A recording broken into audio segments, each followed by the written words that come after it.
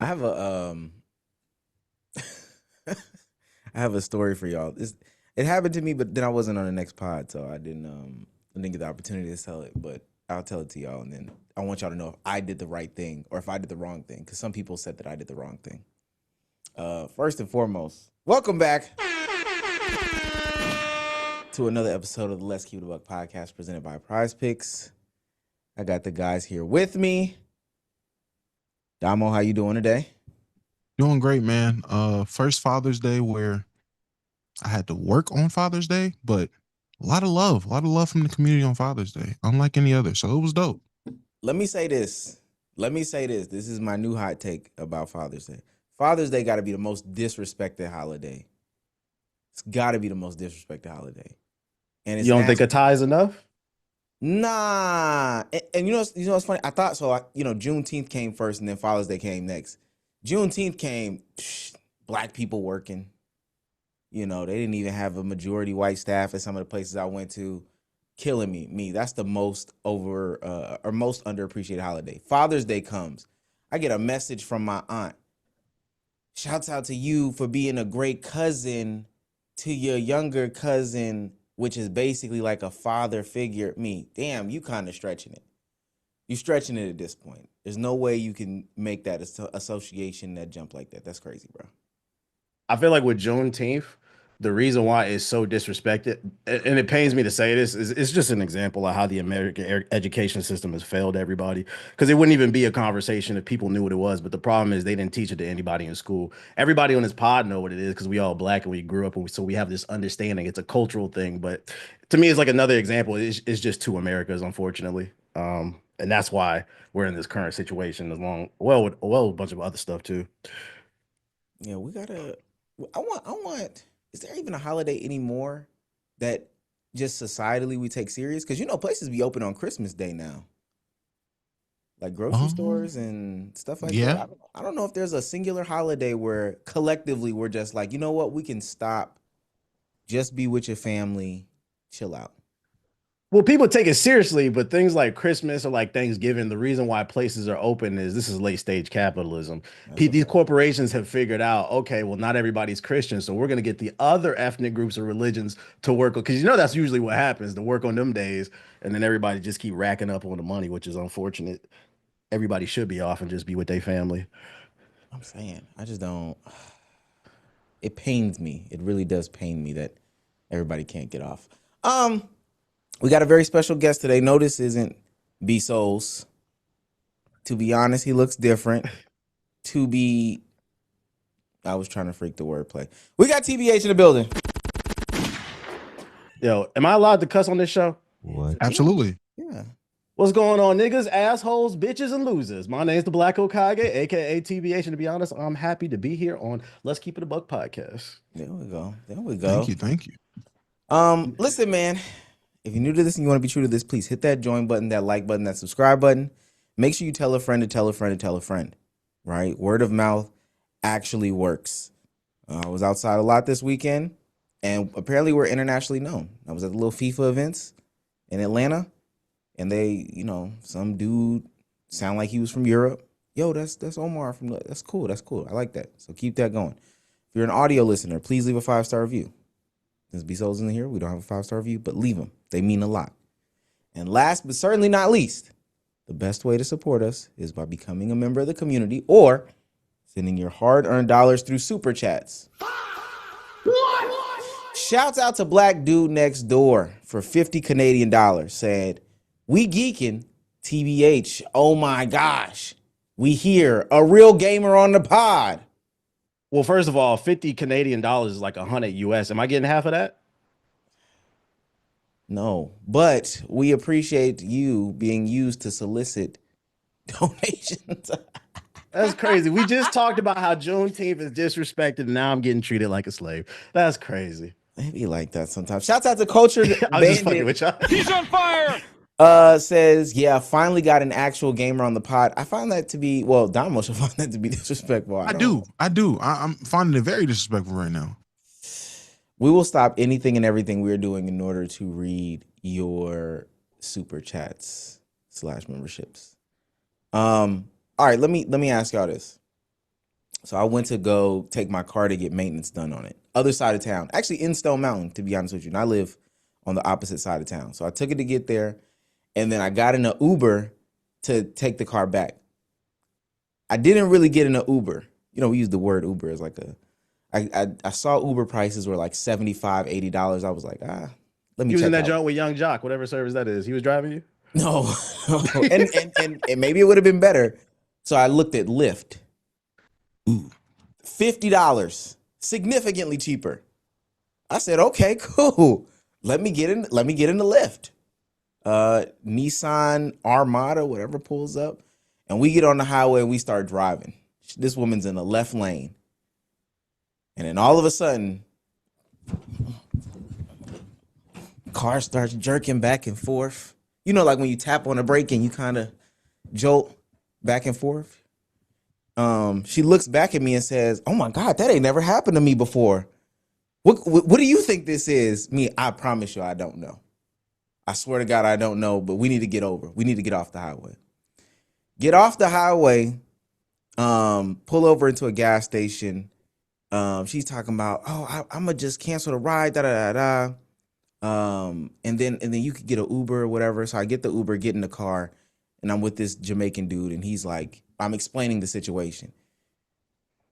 And he was like, wait. We pulled off and her car was broke down and you didn't stay to see her get it fixed? And I was like, no, you lost your mind. What do you mean? I don't know that woman. So he got mad at me because I had left while her car was broken down. Am I in the wrong? You want me to tell you the truth or lie to you? I swear to God, this has been plaguing me for a couple of days now. To be super, super honest, You're gonna say something that's gonna piss me off. no, you were in the right. I did the same thing. Okay. I don't know you, lady. I don't know what's wrong with your car. And the fact that you're doing Lyft services, your car's doing this, ain't got nothing to do with me. I got somewhere to go. Now, I am an asshole, so that might be an asshole response. TBH? Yeah, you're in the wrong because you black. I mean, that's just how it works in America. That's what I was She saying. was a black lady. I'm just telling you the way that they would look at it. Yeah. I don't know. Let me ask you this. Let me pivot this. Let me ask you this. Would you say Atlanta's top 5 worst drivers in America? Sure. Oh, sure. Yeah, top 5. For sure. No. Oh, no. Top 5? What other Y'all not cities top would you 5. put? I've driven a lot of places. I've driven Well, New driven York across the first. country. New York is worse. LA/California definitely got worse drivers. It's top 5. In my experience, again, this is just in my experience driving. Oklahoma has horrible drivers. Niche pick, but What okay. Super was niche. what was you doing in Oklahoma? Cross country drive. Oh, okay. You just Drive passing. across country. So You couldn't pass it fly through. over. Nah, price reasons. But driving through Oklahoma, some of the worst drivers I've ever seen. It's either Tokyo Drift or why are you on the road? There's no in between. It's like all the bad parts of the New York cut up scene and then people who genuinely just can't drive. It's the craziest thing I've ever seen in my life. Philly They're is awful. bad too. Philly is bad too, but I still got Atlanta top 5. Y'all ever been to Boston? Not downtown. No, not like Boston. I've been to other parts of Massachusetts, but is Boston bad? I'd rank it as number 1. I almost died 3 separate times coming from the airport going to PAX East. And then it's the only city I ever been to where we caught an Uber and the Uber driver reported me for throwing up in her car. She said that I was drunk and I had to appeal that. Mind you, I've never drunk in my life. I don't drink, I don't smoke. She tried to say that I threw up in her car. So I'm like, oh, they scamming out there. They can't drive. I'm good off that. But I would agree with New York, LA too. New Yorkers can't drive because most of them don't get their license until they like 65. So they lack the experience. And then LA, everybody think they important, so everybody's like in a rush. It's the only place I've ever been where the light will be red and niggas will honk at you and then it make you feel like you stupid. Yeah. Texas got some bad drivers too. Houston and Austin collectively, the times I've driven there, And they I've seen all some in people trucks. do They'll ridiculous kill stuff. you. Yeah, They're all in big trucks. And you think you got a big truck? Because when we went out there for DreamCon, rented a big truck thinking we had a big truck until a bigger truck moves past. until a big truck pulled up. Yeah. So a lifted Escalade Max Plus or whatever. It's just the craziest shit. No, Come on, how are you gonna say they're bad drivers when you were the one on the wrong side of the road? First of all, we gotta stop this. One, everyone other than Omar is scared to touch a wheel. So there's no other options. Two, everybody thought that I could make a right turn there. No one else saw it. Everyone else was like, oh, damn, this is a one-way street. None of us knew because none of us is from fucking Houston. And three, immediately fixed the situation way quicker than any of you could have. You broke the AC in the car that no one else touched. Like you broke the AC just sitting out there. Now you want to leave, of course. Why are you afraid to drive? I'm not afraid to drive. Oh yeah, that's a B-Souls question. Everyone else is scared to drive. The reason why, all right, so when we go to DreamCon, usually for whatever reason, we end up with more than 4 people. So we get a bigger car, like a Grand Wagoneer, or this time we might get an Escalade. We get a bigger car. Every other person is like, oh, that's too big for me to drive. I'm scared to drive it. I don't want to mess it up. I can't see. Blah, blah, blah, blah. I personally grew up and was taught to drive on like a big truck. So everything else was easier. I don't even understand why this is a problem. Just get in it. If you hit something, you hit something. It'll teach you not to hit nothing again. It'll teach you to rectify the situation, honestly. Yeah, you won't hit nothing no more. I promise you won't touch nothing. No. I promise you if Sage gets behind the wheel of a Wagoneer again, completely different guy behind that wheel because he has the experience. Remember this when we go out there. I will remember it because yet again, the only 2 people that are going to want to drive is going to be me and Omar. When I asked to drive, what y'all hold on. Dre doesn't have a license. Let's keep going. Yeah. We putting everybody on blast today. God damn, how old is everybody? Yeah, it's he's old enough to have a license, but he just lives in a city where you don't have to have them. So, I feel like y'all got that mindset of if you hit somebody, you hit somebody though, because y'all got that prize picks money. I mean, if I had that type of money, I'd be hitting everybody too. Like y'all could just, if you blow up a car, it's like GTA, you just hop in a new one, right? I ain't gonna lie. The only reason why I say that is because that's exactly what my uncle told me. If you hit something, you hit something. So it just, I mean, you can't not go into it with that mentality. And then I figured out well, the only thing you can hit is stationary because if you got a truck that's big enough, people gonna move out your way.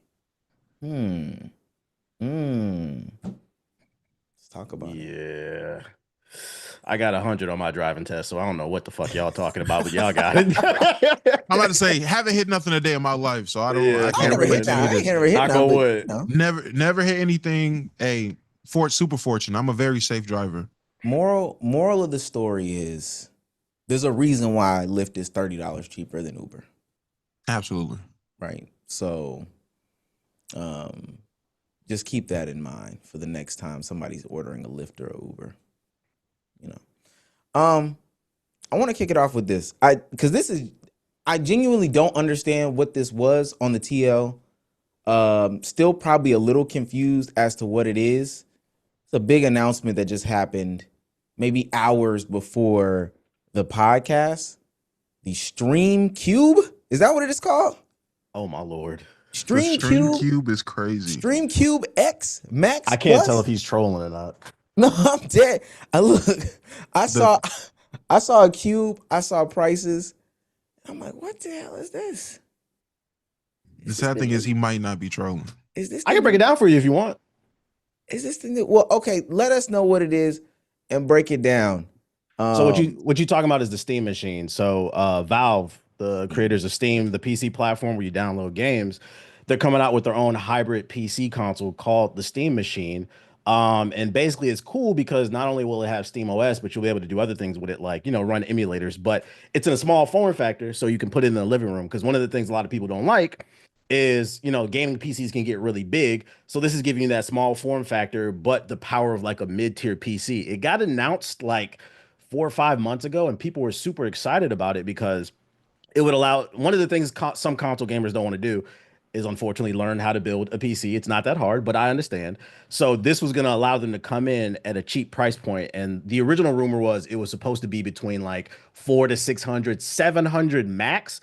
And it would be able to do 4K 60 FPS on a lot of games, whether running on medium or high. But, we got the whole thing going on in the country with the Ramageddon. You got the billionaires building AI data centers, which is eating up a lot of these parts, and it's driving up the price of all the technology.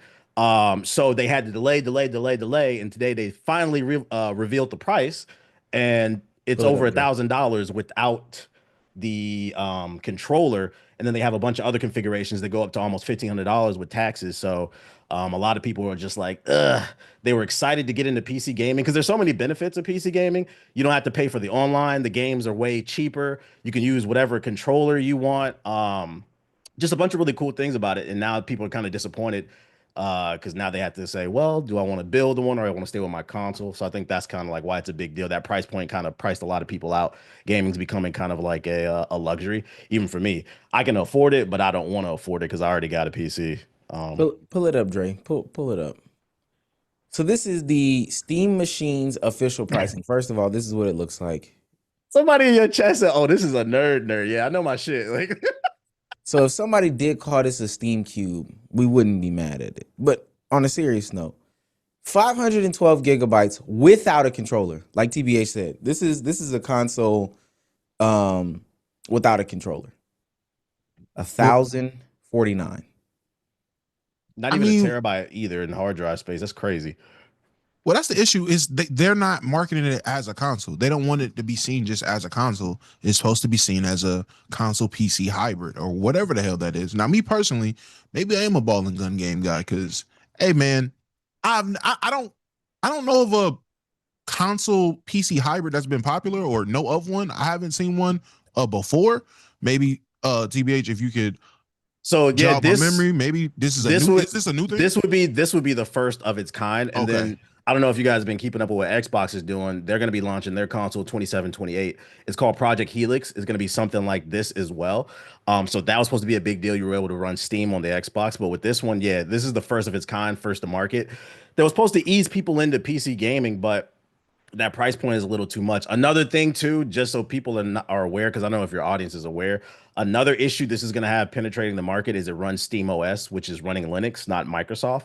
And Oh the my problem God. with Linux in its current state is that it can't run anti-cheat at a kernel level for certain games. So certain multiplayer games is not going to work on this. Just so everybody's aware, this is going to be more of a single player machine with a dab of multiplayer in it. So it's fighting an uphill battle because the thing is, devs don't have a reason to support Linux right now because it's not mainstream like Microsoft. And a lot of people were excited, hoping that this is what's going to bring Linux into the mainstream. But now with that price point, I'm gonna argue devs probably aren't going to support it as much. And it's just another reason I don't think to really buy it unless you just got disposable income and you're trying to flex on folk. We'll get back to pull it back up one more time, Dre. Because I still want to go through this price point. Now, again, a little bit out of the game, but I can't remember the last time I bought a controller. $80 difference between the non-controller and controller price. So the next one is 512 with the controller is 1128. Then once you get into the 2 terabytes without a controller, 1349. And then with the controller, like TBA said, a whopping 1428, which is going to round up to $1,500 for something that, like has been stated, not multiplayer. It's going to be heavily reliant on a single player type situation. And then we still have to see who's gonna dive in and say, you know what, I want to start building some things for this. I want to ask, who is this for? Because the timeline that I've seen so far has pretty much been off of this. Every single thing that I've seen so far, everybody's been off of this. I haven't seen too many people who have been pro this announcement today. I think it was for people who they've heard about PC gaming. Everybody's heard about the benefits, the better graphics, the better frame rate, the cheaper games, the free online. It's for the people that have been interested in it, but just don't want to learn how to build a PC. Because I mean, it is a skill set. The parts are expensive and you could fool around. And like, there's things like if you never built a PC, you might not know. You should never touch the PC parts before inserting it into the case because you might shock it. You want to make sure you get rid of your static shocker. Some people don't know that, so it's for those people who just walk into GameStop and just want to get a PS5 in a game or whatever, but they want to get the benefits of PC. That's who it was supposed to be for. But I think it would only work if it was at a certain price point. You got to be at that console price point. Now we're talking high end price points, and if you look into the specs, it's a mid tier PC. This price would be okay if it was a high tier PC, but it's not. So this cube right here is going to be able to run games at medium to high, but you ain't getting nothing on ultra. And then you got to keep in mind 2, 3 years down the road, the hardware is going to be old. So then you're going to be stuck at medium unless it's like a indie game, like a smaller game, like an NBA The Run or something. You'll be able to run that on high ultra because that's not an intensive game. But if you Oh want to keep up with wait, the wait, latest wait, stuff, wait, wait, wait. Maybe you're catching me up. You cannot open this up and change any components. No, you see how small it No. is? It's a unique form factor. No, no, It has a unique no, motherboard. Yeah, that's the no, console experience. no. And that was my thing. That was gonna be my main question. At that just base price point for the 512 for like 1,000, whatever it was, would that be my question would be, would that be a good price for a entry level PC, which is what this was basically supposed to be for people who are console gamers? But if you're saying that this is this would be pricey for an entry level PC, yeah, they definitely killed their market base, in my opinion. Yeah, I would say if you're gonna drop 1,000 to like 1,200, you might as well just build your own PC because then you could upgrade it over time. With this, you can't. So it's like, that's kind of the benefit of building your own. I personally wouldn't touch it. Right now, it kind of feels like if you buy this, it's just kind of a flex on people, like, ooh, look what I got. So Nah, do you feel like the Xbox console would be, well, the Xbox version, do you feel like that would be better? And do you think it would be around that same price point? Better? No, it's hard to say because they haven't revealed any details outside of they're building something similar with this hybrid thing. The only thing we know about the Xbox is that they said they want to have the most powerful hardware on the market. So they're saying that it could potentially be more powerful than the PlayStation 6, and it would be a hybrid, meaning that you could run the Xbox native OS, but then you could also boot into Windows and, use Photoshop or, make beats on whatever software, Fruity Loops or whatever. So like that's what it means when it says hybrid PC. But if I had to take an educated guess, this kind of goes back, and people get pissed off on my own personal stream when I talk about this sometimes. This really comes down to politics. With these billionaires building all these AI data centers, they're eating up all the RAM. So this has nothing to do with the brand of Steam or Xbox or PlayStation. There is a RAM shortage right now. So it's driving up the price of everything. So it doesn't matter. That entry level Xbox, oh, it's gonna be at least $1,000. I don't know if y'all saw the PS5 Pro, they bumped it up to 950. yeah, they did. That's I old did not hardware. see that. Yeah, Yes. So the base PS5, I believe, is 700 now, and then the PS5 Pro is 950. So with tax, that's $1,000. Keep in mind, we talking about 5-year-old hardware. yeah. I was begging people when I got my PC, maybe last year. It was at the top of last year even. Um, this is when who was putting out Nvidia was putting out their new chip. Like, please go make you something. Go even just get somebody else to make you something, even if you don't feel comfortable making it yourself. And I'm talking about a PC. Because the only thing that's gonna happen in the next few months is that things are gonna become so unobtainable based off of pricing and how much they are using up the assets needed to build PCs and consoles and all these other things, just technology in general. You wanna, even if you overspend right now, even if you didn't need it at that moment, it'd be better to have something newer at that time than to wait 6 months down the road. Okay, now I actually do need it, and now we're triple, quadruple where pricing is right now. Stuff. This is. I'm still scrolling. I'm still looking for somebody to give me a positive on my timeline about why this even makes sense. And just so I'm clear too, what I'm talking about isn't even necessarily just about gaming. This is everything. If you're It's interested in a new car, anything that uses computer chips, the new iPhone, they rumored to be coming out with like a flip one. That bitch gonna be $2,000. It's going to affect everything until they get some type of regulation with what's going on. But like that's a whole different adult conversation. So I just want to make that clear that it has nothing to do with the gaming companies. Yeah, no, this isn't a yeah, you're absolutely right. This isn't a just a console or gaming type conversation. I do wonder though, what does this do for the next generation of kids that are coming up that are looking to get into gaming? If they'll just have to stick to the pawn shops and the lakes that we're used to. Because I don't know if, could you imagine being a parent and your child asking you for their birthday or for Christmas or something like that? Oh, mom, dad, I want a Steam machine, or I want the latest PlayStation, or I want the latest Xbox, and we're having to back out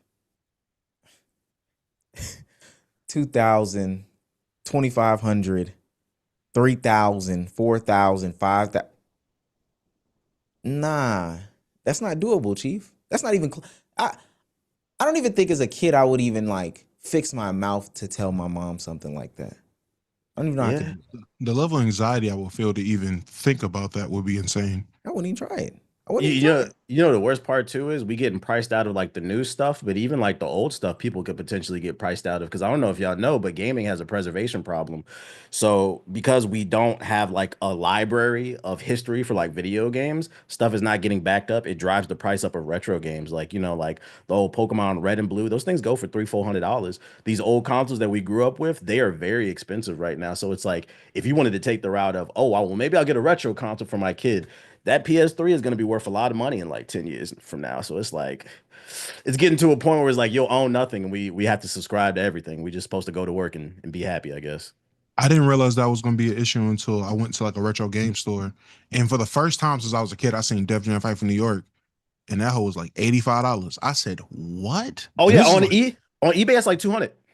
shit's ridiculous.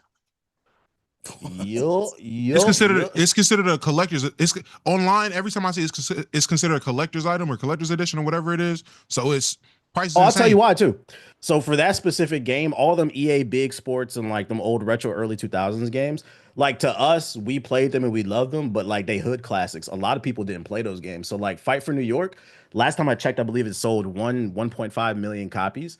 And then some of those discs get destroyed, they get lost to time. They never released the game as a remaster or whatever. So yeah, if you go on eBay, you paying at least $100 for that. I'd argue that you saw it for 85, that's cheap.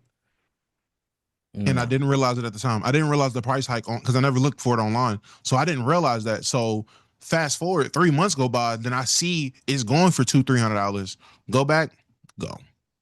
This is why emulation is important, which is totally legal, by the way, if you own the games, which we emulate all games we own over here. Wink, wink. Yeah, that's why emulation is important. It allows people to experience things from the past that maybe they didn't have a chance to because things are getting lost to time. And then there's, like I said, there's no library of video games that's documenting and maintaining. So, like, one of the things I always tell people is if you can, hold on to your PS4, your PS. I still got my Xbox 360 with all them games because 20 years down the road, they're gonna be worth money. Trust me. Yeah, okay, maybe because it's crazy. This week I was thinking to myself, okay, I need space. My fiance been getting on my back. I got a PS5. I'm not using it. I was finna do a pawn shop little 1-2 just to see if I could get a couple Just dollars hold off it, it. because in case you ever hit like a rough spot and you need to sell something or you want to pass something down to your kids, that's money right there. That's so insane. That's so insane. I can almost think that people can't be moving this stuff. Do y'all see many people with Steam Decks IRL? Because Oh that yeah, I was know a something lot of I was people. watching. With Steam Decks, for real, for real? Yeah, Steam Deck is popular. Them motherfuckers sold out like crazy. They just disbanded they had an LCD and an OLED model. They just stopped the LCD model and they're only selling the OLED. They just restocked like a month ago and they sold out like that. Them things sell like hotcakes all the time, but I'm more on the nerdier side of the internet. So like, yeah, I know a lot of It people may that got it. okay. I just haven't seen the way that I would have thought I would have seen. And I mean, that's a different conversation too. How many people are actually mobily gaming out in the wild with that or a Switch too? But I couldn't imagine too many people are owning multiple consoles like we did in the past, hopping into gaming like we potentially did in the past, just because of the price point right now. It just doesn't seem feasible in my mind. Again, I'm gonna ask my mom today. I'm gonna call her and be like, Mom, I want me a Steam machine, and it's gonna cost this. I'm gonna tell her to put me in the mind, or put yourself in the mind of like 13-year-old Omar asking you this question. What would you say? She might slap me through the phone. She dead ass might slap me through the phone. All right, we're gonna play a game here. It's a classic on this channel. Keep 4, cut 4. Video game edition. We're gonna do keep 4, cut 4 video game edition. I'm gonna list 8 video game consoles specifically, and we're gonna choose if we're gonna keep them or we're gonna cut them. Y'all ready? Ooh, Let's get it. I'm gonna start with a banger. I'm gonna start with a banger that you gotta keep. Maybe it depends. PlayStation 2. Keep or cut? Oh, keep. Keep. No questions asked. No questions at all. One of the greatest consoles of all time. Yeah, keep S it. tier console, elite. Has the largest game library ever in existence out of all consoles. Yeah, keep it. Okay. The original Xbox. I'd cut it. If we're keeping the PS2, I'll cut the Xbox. Dang, you said it like they're the same thing.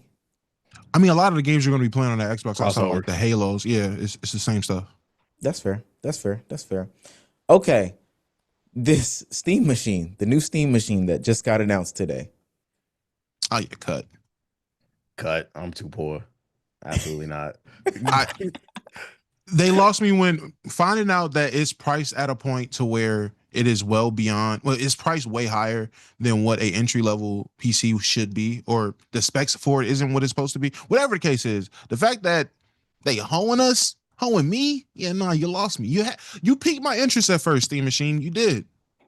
Nah, you lost me. You could probably just go rob some. Never mind. That's not. Never mind. We shouldn't be advocating for that. Next one on the list, the Nintendo 64. Oof. This is a That was before my time. I was grandfathered into. Oh, it. I had a y'all lot of little older niggas, cousins. ain't y'all? I forget y'all. Wait, little no. niggas. This is not a. This is not a. Oof. This is How not old a. y'all is? How old y'all is? I'm 29, but this isn't anything Yeah, to think 29. about to me. What are we talking about? You keeping it or I you mean- cutting it? I'm keeping this shit out of the Nintendo 64. What are we talking about? Whoa, this I is feel like crazy. it's not for me personally. It's nostalgia bait. I really got like 3 or 4 real fond memories of like games to play on there. But outside of that, again, it was before my time, so I'm fine with cutting it. I'm thinking it's to me it's a debatable one because I don't know what else you're gonna list, and that's why I don't know if I can give an answer. It could potentially stay on the list. I got to hear what else you're gonna say. You gotta make a decision now. So I keep it. I keep it. good. That's crazy. I don't even know where the objection comes from. Okay.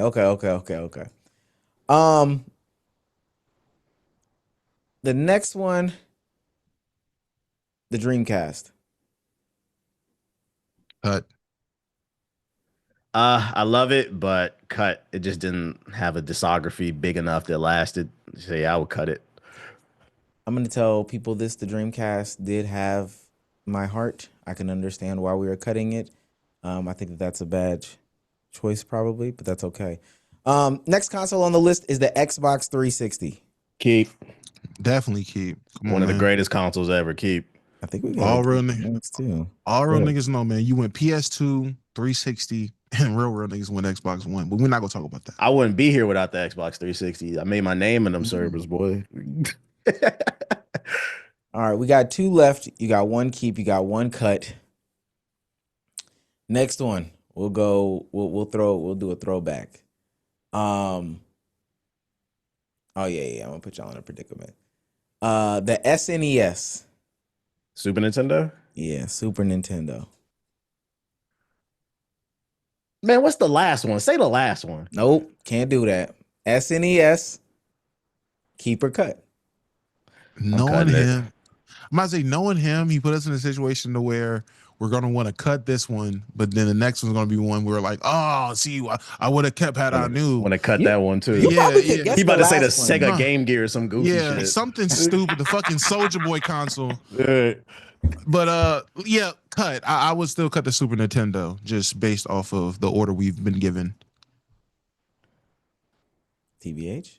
I said cut. You said cut. Yeah. Okay. Watch. Okay. The last one is the GameCube. Oh, I would have kept it. I'm glad you said that. I was Oh waiting yeah, for that. bet. That's a classic. That's a keep. GameCube went crazy in my household. That's one of my. I overrate the GameCube in my opinion. Yeah, Super Smash Bros. Melee is one of my top 10 favorite games of all time, but also the GameCube is a great console because it's the only console that had a handle on it, so you could hit a nigga upside the head if you needed to. That's the problem with the Steam machine. It don't got no handle. Exactly. Don't got no handle. I can't hit nobody in the head with it. Yeah. Let me go ahead. I'm gonna send a text out to my cousins ASAP and just let them know. We not doing. Don't ask for that console. They like to ask for expensive stuff. Because they think we can get it for free. Nah, we're not doing that. I'm not doing no console. Let's switch over. We weren't talking about the NBA run. I wanted to talk about because the draft is almost here. tomorrow, I think, right? Is it not tomorrow? Starts tomorrow. And we do have one of the few Wizards fans in the world on the podcast. I think it's TBH. I think it's between like you and Gilbert Arenas. Y'all are probably like the only two Wizards fans in the world. Yeah, John Wall. Respect John Wall. First of all, let's talk about this. So I'm actually from DC. That's why you're not gonna meet us unless you've been there, and that's when you're gonna meet them. But the Wizards have been good the majority of my life. They just trash now. Now, if you want to change the conversation to, yes, because I grew up in the era of Gilbert, Antoine Jameson, Caron Butler. Then right after that, we got Bradley Beal and we got John Wall. We've been good for a very long time. Now, if you want to make the argument we had trouble getting over the hump and getting to the Eastern Conference Finals, that's fair. But like this conversation I feel like it's such an internet conversation of people who don't watch hoops. They only watch the big teams like the Lakers. I feel like it's disingenuous. We've had our little rough patch, but we back. I'm here to talk my fucking shit. And when we start winning, don't come over here. But I didn't mean to take over the show. No, I like that. I like that. That's You know what? You can only respect it. You can only respect it. You're right. You're right. You're right. Y'all have been good throughout the 2010s for like a good period of time. Y'all have had good points. It's just when you are a person who watches big teams like the Lakers, the expectations are just higher. So what you consider good is just different. Respect it though. I do get it. I do understand.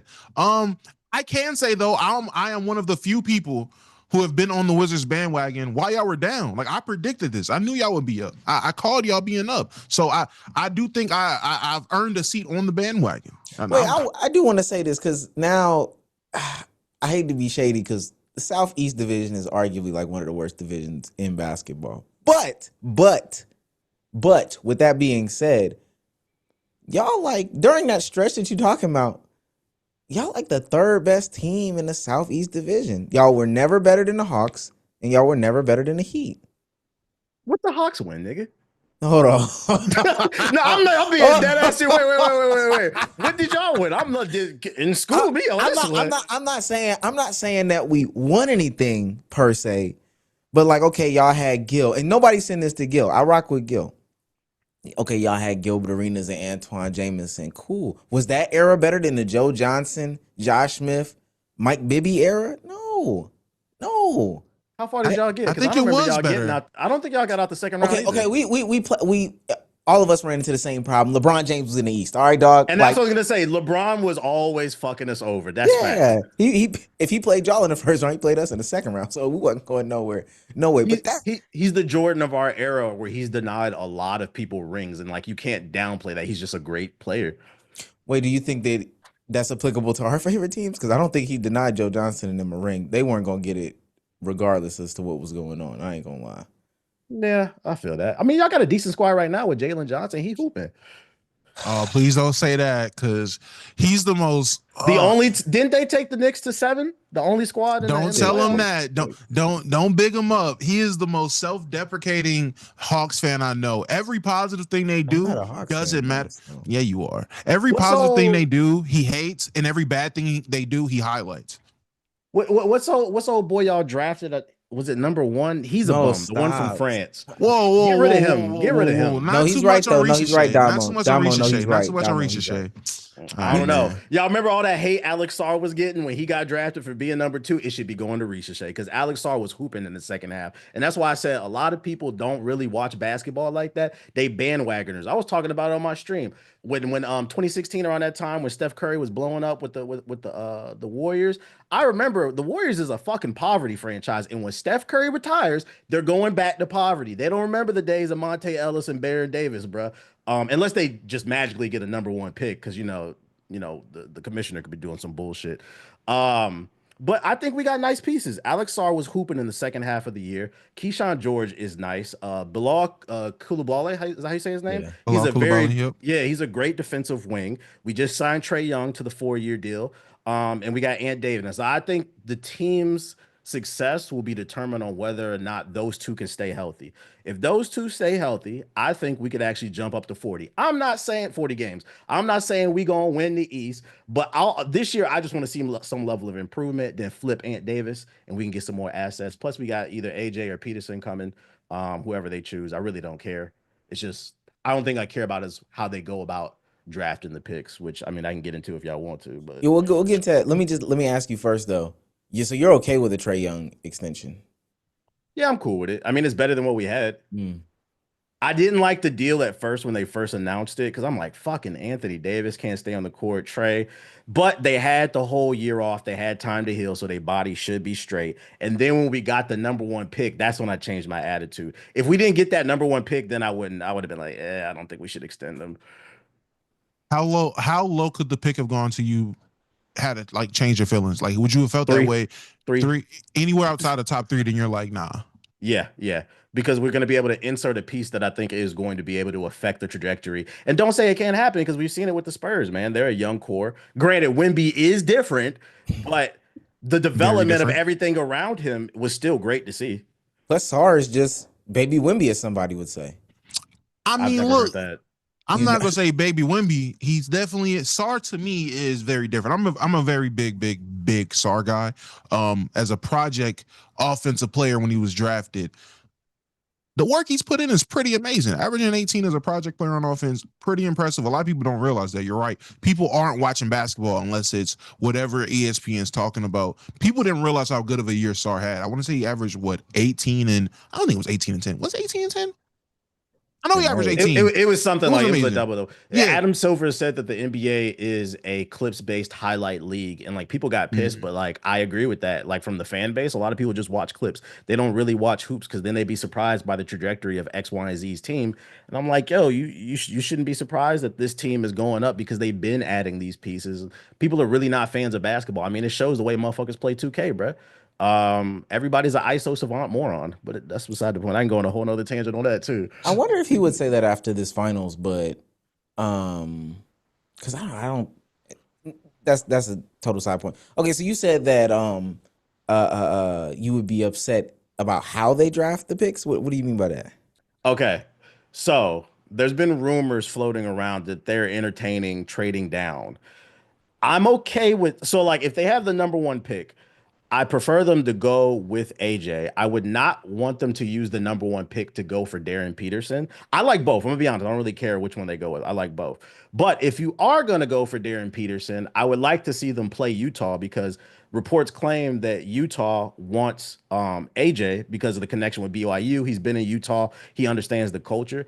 So if you know Utah wants AJ and you want Peterson, I prefer them to trade down to 2, get some assets. Because I don't know if y'all read, but Ace Bailey wanted to be in DC. You remember when he was stalling out last year? It's because he wanted to play in DC.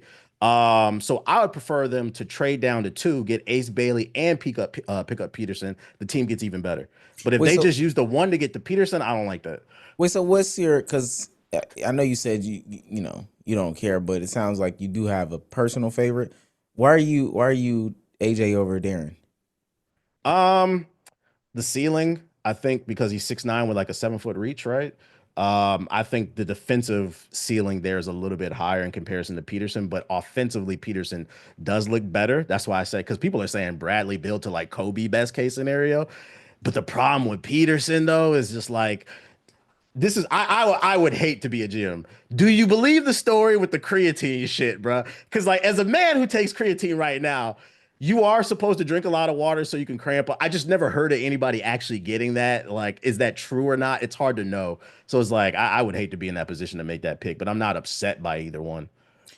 I think that's valid, and you know I'm a Darren Peterson truther. So when he first said it, I was like, oh yeah, I mean that makes total sense. But then as I sat back with it and never came public with it, yeah, you would probably have to be doing like 6 scoops of creatine a day, in order for you to cramp up. What he said it was like debilitating. Like he said he couldn't move. Like he was like stuck on tables and stuff like that because he was so cramped up. Which again, I never seen that before. I don't think I've ever seen that before. Never seen it. Haven't before, seen though. that before either. And as a person who's not really high on AJ, definitely believe the creatine story. So I don't trust this Peterson guy. I'm a Boozer believer. And me Really? personally, yes, I'm very high on Cam Boozer. I think Cam Boozer is super slept on in terms of what he really brings. People don't respect the skill set. They believe this bad notion that he's not a good athlete, which is far from the truth. Cam is definitely a good athlete. I don't. Please don't let the clips fool you. He's going to be fine on the NBA level. But I like where your head's at in terms of trading down. When y'all got the first pick, that was the first thing I said. Trade down and get more assets because y'all have. Larry, go downstairs. You got chocolate? That's good, baby. Sorry. Sorry. I believe y'all. I like y'all young core. I like Sar. I like what y'all can do with AD, and in terms of flipping him, and I think y'all will flip him within the next 2 years. So get a forward to pair next with Sar versus getting a wing or a guard, because I like y'all wings and guards. I like Bilal. I like Keyshawn George. Y'all have Trey Johnson, who I was super big on, and y'all got Trey Young. I think y'all are good on the perimeter. Build towards the future with your front court depth is what I was thinking. But hey, people call me crazy. I'm not mad at the Ace Bailey thing either. That definitely would be a very win-win scenario. But that's just where I'm coming from. I from day one, it was just trade down, get the most you can out of this pick because you don't necessarily need a AJ. Yeah, I think what the Wizards need right now is like that leadership, and that's why I said like I'm okay with like Trey Young. They need somebody who's a proven, because I mean he did take y'all to the Eastern Conference Finals at one point, the Hawks. So I'm like, I want somebody that could come in and be like, we're gonna do things this way. Because the problem with the Wizards, I will say, is they draft great players, and I've always said they draft great players, but they don't become great until they leave the Wizards because the front office is fucking goofy. The front office has gotten better. They've changed leadership, so that's why I'm having a little bit of hope towards the future. But like we've drafted a lot of great players that end up being good pieces on other teams. We just need that one player to come in and be like, all right, we're doing it this way. We're no longer playing selfish. We're playing to win. And I think with Trey Young's 20 and 10 type stats, getting everybody involved, I think there's potential to elevate this year. That's all I want to see. I want to see. I can't wait for the season to start. I can't wait. I can't wait till we know the results of the draft, and then I want us to like jump fast forward till the season starts. Only because one, I know it's a long shot. If somehow we scam up Darren Peterson in the draft as the Hawks, I'm not mad at it. Even though we just signed back CJ McCollum. What pick y'all got? I think it's like 7th or something like that. It's not gonna happen, but Disney taught me that as long as you hope and you believe, anything is possible. So I'm hoping and believing that anything is possible. Maybe people aren't bought into the whole like cramping thing. And then he also said he wanted to be a point guard, which does that really throws a wrench in for the whole like y'all will probably end up with AJ just because he said he wanted to be a point guard. Darren. So I want to see how that ultimately pans out. And then I want y'all to figure out about Trey Young and how bad he is defensively. That's what I want to figure out. I want DC to see how bad defensively Trey Young is and how frustrating the Trey Young experience can be. I do think Trey Young is more so bad because of size versus effort. I think it's a difference between a Trey Young. I think it's a difference between a bad defensive Trey Young and a bad defensive Luka. Like Luka bad and Trey Young bad defensively. There is a difference. Trey Young is bad because he's small. Luka doesn't give effort. Yeah, I see what you're saying. Oh like my Trey. God. I've seen a lot of Trey Young. I understand Trey Young definitely has plays where the effort doesn't like is there, but a lot of times Trey Young gets beat is because he's smaller than people. It's physically he can't do what a lot of people can do. Maybe a little effort sometimes, but most likely it's physical. With Luka, 99% of the time is just effort. Can we focus? Because Luka wasn't even part of the conversation. I don't know. I'm why just y'all comparing decided to two hate bad on him. defenders. I'm just comparing two bad defenders. That's it. I'm not you trying want to to go hear- Jokic? You want to go Jokic instead? I'm not trying to Like, hear that small ball shit after Brunson just carried them to the championship, bro. I'm carried really not trying is to. crazy. Hey yo, somebody in the chat literally just said they they think that Trey Young is Jalen Brunson. TBH, I want you to know Trey Young is not Jalen Brunson, gang. I'm sorry. He does have defensive deficiencies, but what I will say and why I think it can work is as long as on the offensive side he's giving us a bunch of assists and buckets, we can cover that up because Bilal is great on the wing. AJ, that's why I said I like him at 6'9". He's long on the wing. We're gonna have good wing defenders to kind of cover up some of that. I think it could work as well as Alex Sarr. I don't know if y'all seen the pictures, but like he put on some weight. It's looking Yes, he did. and then if Ant can stay healthy, he's going to be able to play at the 4 because Sar can play at the 5. He's going to play his natural position. I think they'll be able to cover that up defensively. And let's not forget Bilal is definitely a defensive. He's a defensive guy as well. He definitely gets in there and play defense. He's a long guy. Pause. Keyshawn George as well. Yeah. Guys that can just. Trae Young has enough defense around him to where, just like Jalen Brunson, the defensive deficiencies won't matter as much as they did before. Not saying Atlanta didn't have defenders or tried to put defenders around them, but they definitely didn't have the defense like this. They got Alex Sarr and Anthony Davis. Y'all had Nneka Okongwu and Clint Capella. That's why Like, it's a I'm difference. excited because we have a bunch of strong, young defensive pieces. We were just missing that offensive engine to take us to the next level. And I'm like, okay, on paper, this looks like it can work. I just, it's the Wizards. That's the problem. You know, you can never get too damn excited. I mean, he's also just not. He's not. He's also not the offensive engine that y'all think he is either. And we'll see with health. We'll see what he can come back to. But I would be surprised. I would want to. I'm serious. I would want to see if y'all go ahead and say like, yo, Darren is our guy, so we can maybe build towards having a different point guard outside of Trae Young. But I did want to ask, did you specifically Damo, did you have thoughts on Darren Peterson kind of saying that, forcing his will in that way? And then also AJ said he wasn't working out for teams neither. The younger guys are kind of putting their nuts on the table. I said it last year. I'm not mad at it at all. Let your nuts hang, man. If you feel that way about yourself, if you're that confident, let these teams know you're that confident. Let them know who you are out the gate. Don't lie or tap dance your way into these franchises because they're going to draft you based off of that, and that will be your expectations going into the door. So let them know how you feel. If you're Darren Peterson and you don't want to sit there and be relegated to playing off ball of Trae Young and fighting Trey Johnson for minutes, gang, I'm a point guard. If you're drafting me, know you're drafting a point guard. Now, saying that, knowing Keontae George is in Utah, you're going to have to outplay him, which Keontae ain't no slouch. So you're still going to arguably have to play the 2 or battle to play the 1 in Utah. So you might have ended up going 3 or lower. Honestly, depending on how teams feel, depending on how Utah's feeling during the draft, they might not want a guy that doesn't want to play off ball because they might trust Keontae. So you think Utah would pick Boozer?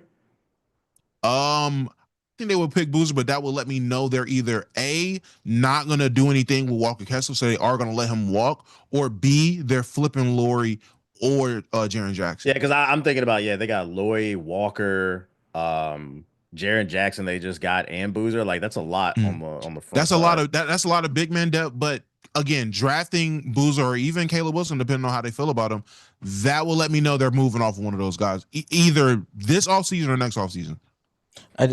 I do feel like something freaky is going to happen at this draft, just because there's so much, there's so many ways that it could go with that first 4. And there's so much hype in this draft too, so people are really glorifying 5 through 10 as well. Now, but with that being said, though, I don't know. I really like him, but I don't know how many people receive that creatine stuff and then the way that Darren Peterson's whole season went.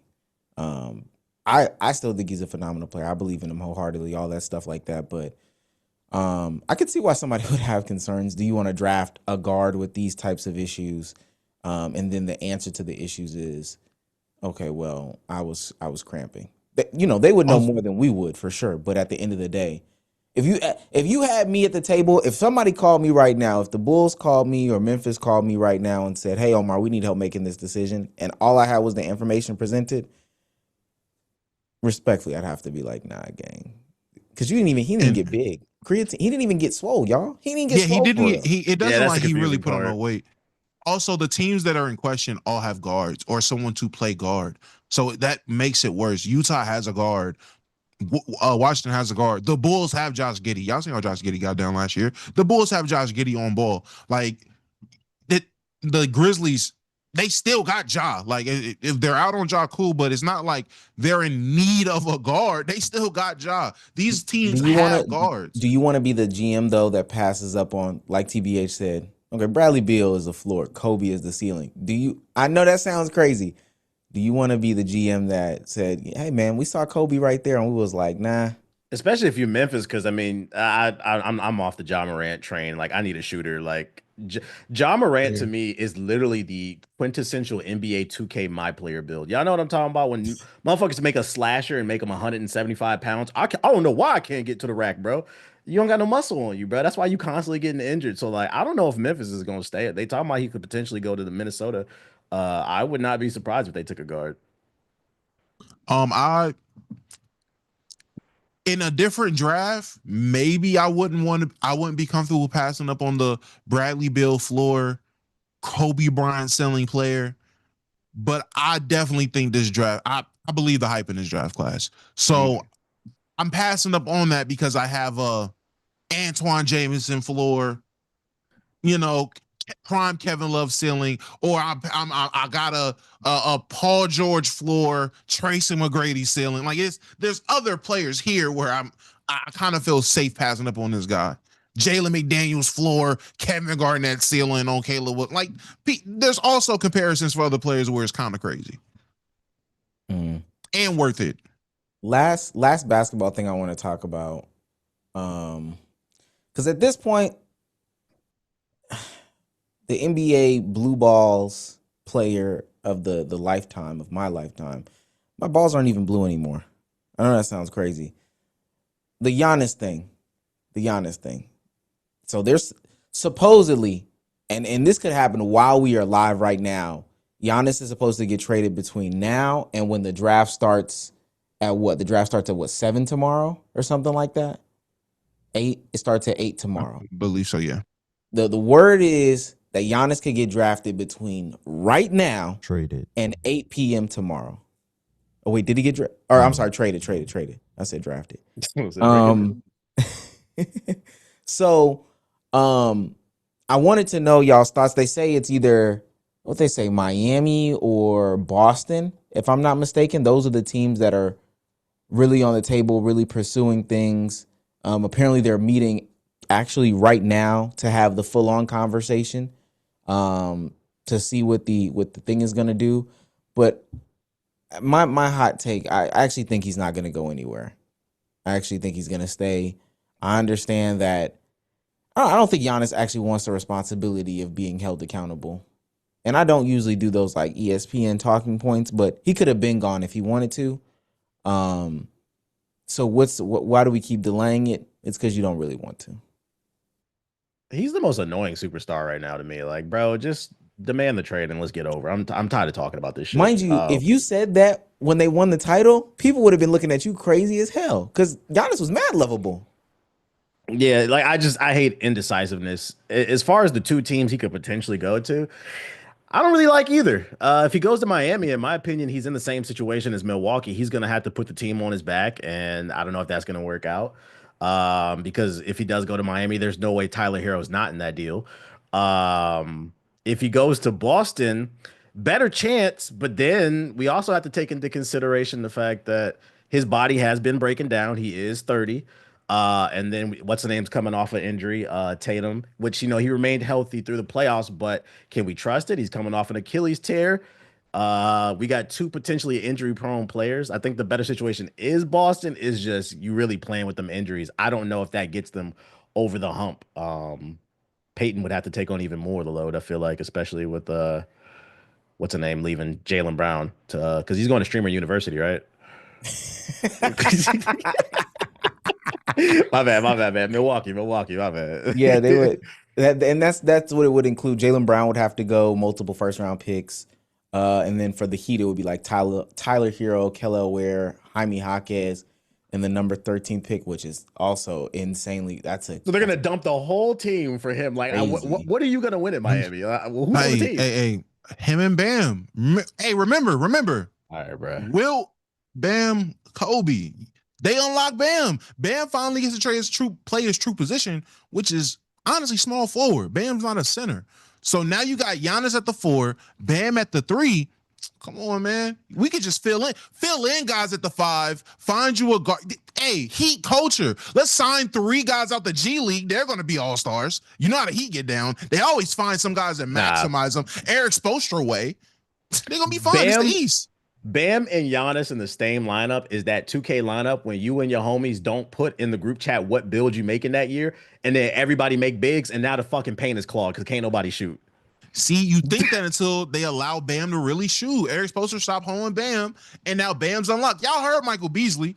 That's a guard trapped in a big man body. I'm Let's sensing some hate. be I'm real. sensing some hate for Bam in your heart. What's going on with No, you, there's dog? no hate for Bam. Bam is a Carolina guy. I could never hate on my guy for real. He's from Carolina. He's from the hoop state. Come on, bro. People just Come don't know. on, bro. I just hate when these guys get misused, and then that's the narrative. Once he went to Kentucky and played for that bum Calipari, who always misuses bigs, There it is. that's what it is. Really a hatred for John Calipari. That's really what. Let me it ask you this: since you're a Bam fan, do you want him on the 2028 team, Team USA? Absolutely. I have I don't even want to say it's a hot take because it shouldn't be. I think people are too worried about the Team USA team. I think we'll still be dominant. I think we have a great chance of having the best roster possible to dominate the world in 2028. Anchored by Bam. Anchored by Bam defensively. Multiple people. Bam, Jalen Duren. It's names out there. Hey, and let's not forget Cooper Flagg's gonna be on the team. Let's not forget that. I do think people are overreacting with the 2028 when I think about it, because by the time 2028 comes around, I think Giannis' body's going to be breaking down on him a lot. I think Jokic could potentially be over the hill. He's already 31 and he's kind of slowing down in my opinion. At least in the playoffs. I think the only one that would be a threat would probably be Wemby in France. Yeah, that's what everybody's looking at is what Wemby in France will do. Yeah, no, I'm out on Giannis. Actually, I agree with what TBH said, and like I said earlier, like if you were to say that a couple years ago, people would be looking at you crazy to say that Giannis is like one of the most annoying superstars players in the league. People that I just have lost favor for. Maybe people would say Wemby after the whole finals thing. Maybe he's leading the pack right now, but Giannis has got to be right after it. I want to be done being blue balled by Giannis decisions, because ultimately it's not going to amount to anything. Like whether he goes to Boston, I'm not afraid of them. Are they better than the Knicks now because of that? Like getting Giannis. I mean, well, the thing I don't like about this, the whole Giannis talks is we. Yo, stop, B-Soul, stop. The thing I hate about it is you're not a Knicks fan, bro. Stop it. Stop LARPing, bro. We never consider what teams could do in free agency and how they would compensate for getting a Giannis. So yes, the Heat will have to gut their team, but are we really saying the Heat can't put a roster around a Giannis and Bam? I think they could put a roster around that be competitive in the East. Boston Celtics, they put a championship roster around, in my opinion, two guys that are number twos. Do you really think they wouldn't be able to do it with a true top 5 player in the league? They did it with Jason Tatum as their one. Like I don't know. I believe these teams when it comes to team building enough to think that they can still be competitive. Now, will they beat the Knicks? I don't know. They just beat my future GOAT. So, hey, the Knicks got a whole different level of respect. From me, they run the East, in my opinion. Why they lose? Why who lose? My bad. I thought you said Boston. My brain froze. I don't know why I thought you said Boston. Shout out to the Knicks, man. Shout out New York. Go New York. Go New York. Go. Y'all think they're gonna run it back next year? I don't know if y'all saw James Dolan literally 2 days after the championship. I ain't gonna lie, gang. They asked him like, "How you feeling about the championship?" Feel good, but I ain't gonna lie. We ain't getting into that second apron. That's the first thing I'm gonna say. All right. What was the question? What was Robinson out of there? What y'all asked me? Oh, you say how I feel about the chip. The chip good, but I'm keeping my chips to myself. We ain't going into that second apron, bro. I'm trying to tell you right now. Somebody out of there. He said it like 4 times after what they win the finals 2 weeks ago, maybe a week and a half, 2 weeks ago. He said it 4 times already. So I don't know if unless somebody gonna take a super duper pay cut, which they probably could. You got to think, who do you think is actually paying for anything on that Knicks team right now after winning the finals? Everyone is going to the White House. No, they are going to the White House. No. Hold on. No, they didn't say they was going. The owner said. That's a little different. Now, the only person I know on that team that is a Trumper is Mitchell Robinson. So I don't know if the rest of the team is going. Like I said, whoever goes to the White House is staying. Whoever's not going to the White House, hey, you pack your bags. Honestly, that's how I'm looking at it. So be aware who goes to the White House. If Cat go and Jalen Brunson don't, there you go. And vice versa.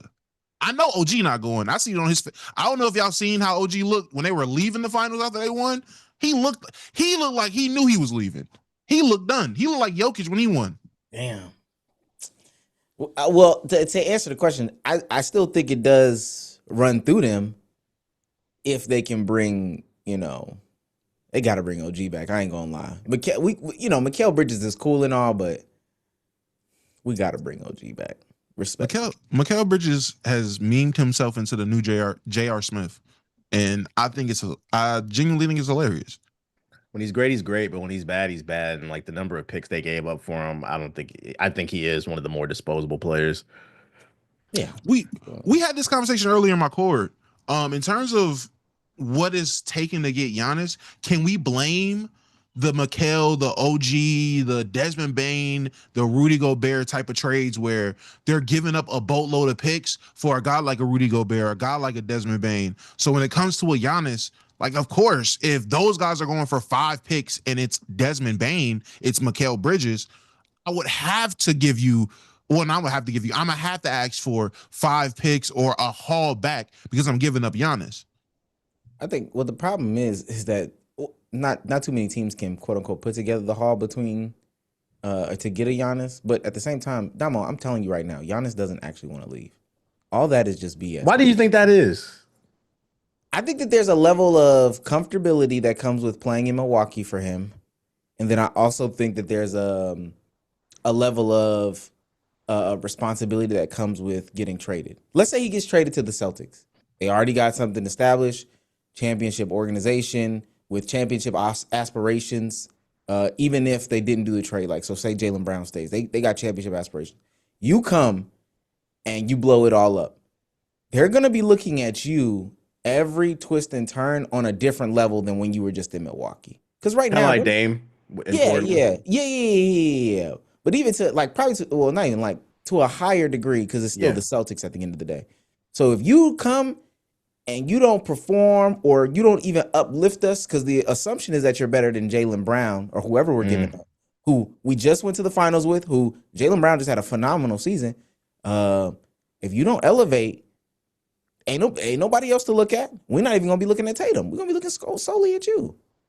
Also, is that, I mean, something I've noticed when it comes to players like a Giannis, well, just immigrant players, I'm just gonna call them that.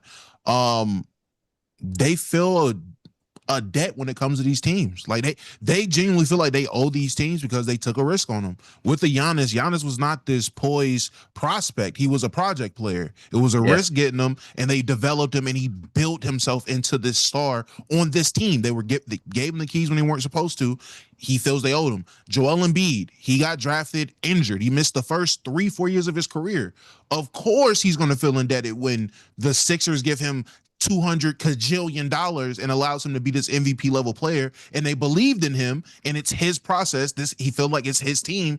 Why would he want to leave? This is home. This is my shit. I'm not gonna say I get it, because I definitely don't understand what it'd be like in that situation, but I can understand it. I can understand the thought process behind it. I think if he really felt that way, then he would have been made a decision. Because like if he really felt like he owed the Bucks, then just be like, I'm staying. I'm not leaving. Like, just do that. You like, don't want to enter like Dame. You don't want to enter like Dame. No, but he's frustrated though. TBH, like I think he's frustrated because the team's bad. They're not putting the right pieces around him, so he's frustrated with how the team is looking. But you don't want to just flat out say, "Oh yeah, I don't care. I'm not going nowhere," because then you're going to end up like Dame on the Blazers. It's not just the team's fault though. I don't think, because on the flip side, it's like, let's be real here. Who the fuck wants to play in Milwaukee? Have y'all ever been to Milwaukee? No. Exactly. You fly over it. I know one person from there. You ask, what do you do? They just drink. There's nothing to do there. So like, and dance, it's apparently. hard. Same thing with Pacers. Like it's just certain cities. It's harder to bring in. That's why, like, to some people, it sounds crazy to hear, like, oh, and Ace Bailey wanted to go to the Wizards. Well, I'm from DC. I know that fucking team sucks, the Wizards, but the city's fucking lit. Some of the most beautiful African women you're going to ever see. The food is fire. That ain't in Milwaukee, dog. So it's hard to bring some players in, I think. And he just kind of got to accept it. Like, bro, I know you might have not understood that when you first came to the country, but you've been here like 10 years, dog. You live in fucking Milwaukee. People don't want to. Did y'all see Dame's face when he first got traded over there? That proves my point. That nigga had a stone face because he wanted to go to Miami and team up with Bradley Beal. That meant they sent that motherfucker to Milwaukee. He looked like he was ready to die, bruh. He accepted it eventually, but don't nobody want to go there. Same thing with the Pacers and other cities. It's like it sucks to say this. It comes across as mean, but there are certain cities. These are like tier 2, tier 3 cities, just from like a cultural place. Because at least if you losing in Miami, you got bad bitches on the beach and shit. You feel me? Somebody in the chat said, let me say this real quick, Damo. Somebody in the chat said, so y'all mad at Giannis because the media keeps forcibly putting him in trade talks? No. Actually, I don't even know what I wanted to say to that because it's not gonna be nothing nice. The media's not forcibly putting him in trade talks. He's bitching and moaning behind the scenes. Are we serious? Yeah, like those stories are coming because he's leaking them. And it's like, and that's why I said he's kind of annoying to me. Like, he seems, to be fair, he seems like a genuinely good person. I just don't like the indecisiveness. Just say, hey, I don't want to be here anymore. People, because from my perspective, I don't think anybody would be upset if he said he didn't want to be here anymore. You paid your time, you got the city a championship. You did a lot of community work. We get it. It's time to move on, bro. Same thing, kind of like the Kevin Garnett situation. People got it when he wanted to go to Boston. Nobody was upset by that. You put in work for Minnesota and it just didn't work out, and that's okay. Well, I can understand that. I mean, on one hand, yeah. On the other hand, basketball fans aren't the most intelligent people in terms of casuals. So he'll leave, and we are post Kevin Durant merging with the Warriors. So any star player that is scared of the grind, that's still a thing. I don't think people still understand. That's still a thing. Everyone just doesn't get the luxury of That's leaving. not true. When you're Did you a player, go ahead. Did you see that podcast clip of Kevin Durant, who said when he went to the Warriors, he felt like they was underdogs after they won the championship? He wasn't scared of the grind. That's why he joined them. Yeah, Kevin Durant is a terrible case. Kevin Durant is a terrible. When did he say that? Oh my lord! See that clip? He's the worst at using this. Yo, it was in a clip yesterday. I said this nigga's killing his legacy. He said he felt like they were underdogs when he joined the team. I said this nigga's crazy, bro. When you're someone who's like Giannis, who has went on record saying you want to do a homegrown and do it with the team, and when you won, you popped your shit for doing it with the team that drafted you and not running from the grind. You don't get to just 3 years later, oh shit, change. Nah, gang, don't run from the grind. There's ups and downs when it comes to this trying to win with one team. Guess what? These are the downs. You're gonna have Kevin Porter Jr. as your starting point guard, averaging 17 points. That's your guy. You're gonna sign Cam Thomas to a prove it deal, and that's your guy. You're gonna sign all 5 of your brothers to not play. This is your team. Yeah, I'm gonna tell you something. Them Antetokounmpo's not coming to Boston, and they damn sure not coming to Miami. You think Pat Riley? Hell no. Pat playing that? What you think this is? It's just you. And that's probably that's what's going on. His mama telling him, man, before you make that decision, your brother's gonna be unemployed, and you gonna have to live with that. That's why he's so indecisive. It's not even so much about he don't want to leave. Hey man, he leave. That's 3 brothers back in Lithuania playing basketball. Yeah. Oof, it's not. Let's take the opportunity to take care of some business. We'll get off basketball, go into some streaming stuff. Trey, pull me up. I'm gonna try to do it. First time we doing this with no souls. We're gonna keep 3, cut 3, Prize Picks edition. Shouts out to the sponsor of the stream. Prize Picks. You know what I'm saying? The best way to play daily fantasy. Got a new offer. Play $5, get $5 instantly. Right now, we're going to make some prized picks. And I'm going to put y'all on a game because it's WNBA season. It's my season. Can we pull it up, Dre? Let's go. Let me tell y'all something right now. The hate train on Caitlin Clark is going crazy. For no reason. People have officially turned heel on her.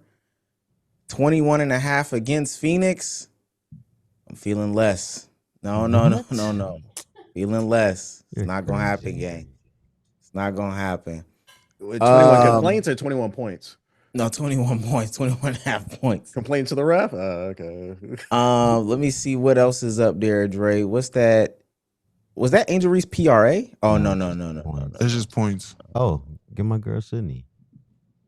Sydney Taylor versus Connecticut. Sydney Taylor more. That's Mm. Hey, easy. since we talking about the ladies just for a second, have y'all seen Shorty? What is her name? Olivia Miles. I think? Miles, the GOAT. Yes. Yeah, that's the jersey I'm wearing in 2K this year. She's crazy, bro. She got the look too. Like she going crazy. I fuck with her. That's the GOAT. Dre, let's put $5 on that right there. Let's put $5 on that right there. And let's send that. Let's send that to the moon. All right. Boom. That's And how you there it make is. line up on Prize Picks. New user offer, play 5, get 50 in lineups using code HMA. The link in the description. All that stuff like that. It'll be in the clips to come out. Again, new user offer, play $5, get $50 in lineups. Download that app using the code or using the link in the description. Use code HMA. Shouts out to HMA and Prize Picks for sponsoring this stream. I think I did pretty good. That was good. That was a good read. Hey, yeah, Kevin Garnett said, he said yesterday, he was like, yo, Olivia Miles, young GOAT. Yeah, she is one of the ones for real. Rookie of the year. She Looking like an MVP. Yeah, she an Rookie of the year MVP talk. and MVP. She in MVP talks, which is gonna, you know what's interesting? And we can stick on it if we want to. Kevin Garnett said Olivia Miles is one of the best rookies in all of basketball, NBA or WNBA. It's gonna be interesting because for the past couple years, they've been telling people to focus on Paige. They've been telling people to focus on Caitlin. And there is a real possibility that Olivia Miles has a better rookie season than both of them. They've also been telling people to wait for Juju too. They just been saying if you love Paige and Caitlin, wait for Juju. Wait for Juju. Should have been saying wait for Olivia. Well, hold on now. There's And another this is goal where coming. This is where DC basketball could really be popping. Mhm. If Juju gets in Washington, and they already got some good players in Washington, Sonia Citron, Kiki Ariafin, and they get whoever they get in this draft coming up tomorrow, it might be popping in Washington. I'm not gonna lie, we might have to take the trip to Washington more. Might have to take the trip. I just like I feel like the ladies is having like a moment right now. I mean, it started with Kate and Angel Reese, but like just other ladies are getting to shine. And like I found Olivia Miles from TikTok, and then as soon as I saw that, I started booting up the games. I was like, yo, Shorty is cold. Like just seeing the talent elevate and people supporting it, I love it because I love hoops across the board. Like she reminds me of like a smaller Magic, basically. Facts. The way and she talking shit now too. Yeah, oh yeah, she be talking to shit. And she got that look too. Like if I could sit somebody down from the WNBA, because I think one of the biggest issues with the WNBA is the marketing is not the best. You market her. She has the look, like a very unique look that you could market, and the little girls will go crazy. I don't know why they're not on that. I don't get it. She wasn't supposed to be the one. That's why. Yeah, At least I for think. politics. Yeah. You have an idea in your mind and then shit changes. So, we'll see how it goes. All right. I do want to make this transition because I also realized I haven't been back since I went down there. So I know y'all talked about it last time, Damo, but I went to the Streamer University Atlanta auditions. I went down there, not to audition, to take in the madness. And I know this is crazy as TBH. You've been seeing some of the Streamer U madness. Yeah, I was paying because my homie, shout out to JD Witherspoon. He went to the LA joint. Friend of That's the my show. homie. Friend of the show. That's the homie. He went out there. He asked me. He actually invited me. He was like, "Yo, you going to the in-person joint?" I was like, "I already applied to be a professor online. I'm not going out there because I'm gonna be honest. My stance is, if I get in, I appreciate it. If I don't, charge it to the game. I don't take. I'm not one of these people. I feel like people putting their hopes and dreams in the Streamer University. And my thing is like, if you ain't been putting in the work, it don't matter if you get on there anyway. Kai's not gonna save your life. So I've been paying attention to the madness. It's been interesting. I just hope people understand that you need to have systems in place so that if you do get on that platform, you're prepared and you know what to do, what comes with that clout, because anybody can have a moment, but it's what you do at that moment to sustain it. And from what I'm saying, I'm not trying to be mean. It was just a lot of fuckery. I'm not gonna lie. Just a lot of clout demons doing stupid shit for attention. And I'm just like, you got to remember as a content creator, your job is it's a value exchange. You're supposed to add something to people's lives. And being a degenerate 24/7 is not adding things to anybody's life. I'm gonna be honest. Well, I'll say this because the LA auditions were way different than the Atlanta auditions. Way different. Talk about it. Yeah, they were way different. When I went to the Atlanta auditions, it was Atlanta, and it's probably not a good thing. It's probably not a good thing. Somebody twisted their ankle because I guess they were getting trampled on, stepped on, or whatever the case may be. Somebody had a seizure. They broke the glass. They broke the glass to the State Farm Arena. To the State Farm Arena. And this is a video of me leaving, and this is what they were doing outside of the arena. Getting there. Oh Lord. That's Just definitely Atlanta. It's definitely when I say it was one of the most Atlanta days ever. Now, mind you, I want to be clear. This was, I want to say this was 10, 15 minutes after they had shut it down. What was the atmosphere in the Atlanta? Like, what was the energy, the vibe you got from people? I'll say this: there were definitely people that were there, so I think that there was a good bit of positivity. But I do think that people saw it as just like a meetup opportunity. So like, were they in there really trying to get some content creation stuff off? Not really, not strategically, if that makes sense. Like, yeah, I do have a phone, I do have a camera, I do have an Instagram page, and sometimes I post when me and my boys hang out. And I told somebody this yesterday, so I really do want to be careful. Whenever we, the position that we're in, criticize these content creators, we sound like assholes. Like, respectfully, we do. Only because, well, and I'm talking about how people take it. Only because they feel like we're gatekeeping in the conversation and we're criticizing people who are just up and coming. But I do think we're coming from a positive place because some people just don't have a plan. They don't have a real direction. They're just kind of throwing stuff out there. And so that's what I felt about the atmosphere in Atlanta. Like, people were just doing stuff with no real plan of like, hey, this is who I'm going to brand myself as. This is going to be my identity, et cetera, et cetera. I think that's why it's important for this year, regardless if I get picked or not. The thing I really want to see from Kai and the crew is just more emphasis on teaching people what exactly you should expect. Because I think the best thing I saw there from last year is what Agent did. And the reception to that was so strong. It was so much positive energy. People were like, wow, this is really good information. I want to see more of that from like the teachers, just giving people tidbits and something to run with. And I think you'll find more success stories. Because one of the things I saw people complaining about is a lot of people came to Streamer University, but they weren't able to hold on to that attention. And I'd argue, I don't feel like there was a lot of value from the teacher side. That's why, not just a lack of effort. You need people to push you in the correct direction. So like, I would like to see them. It could be fun, but I feel like there could be a balance. We could be a little bit more serious too.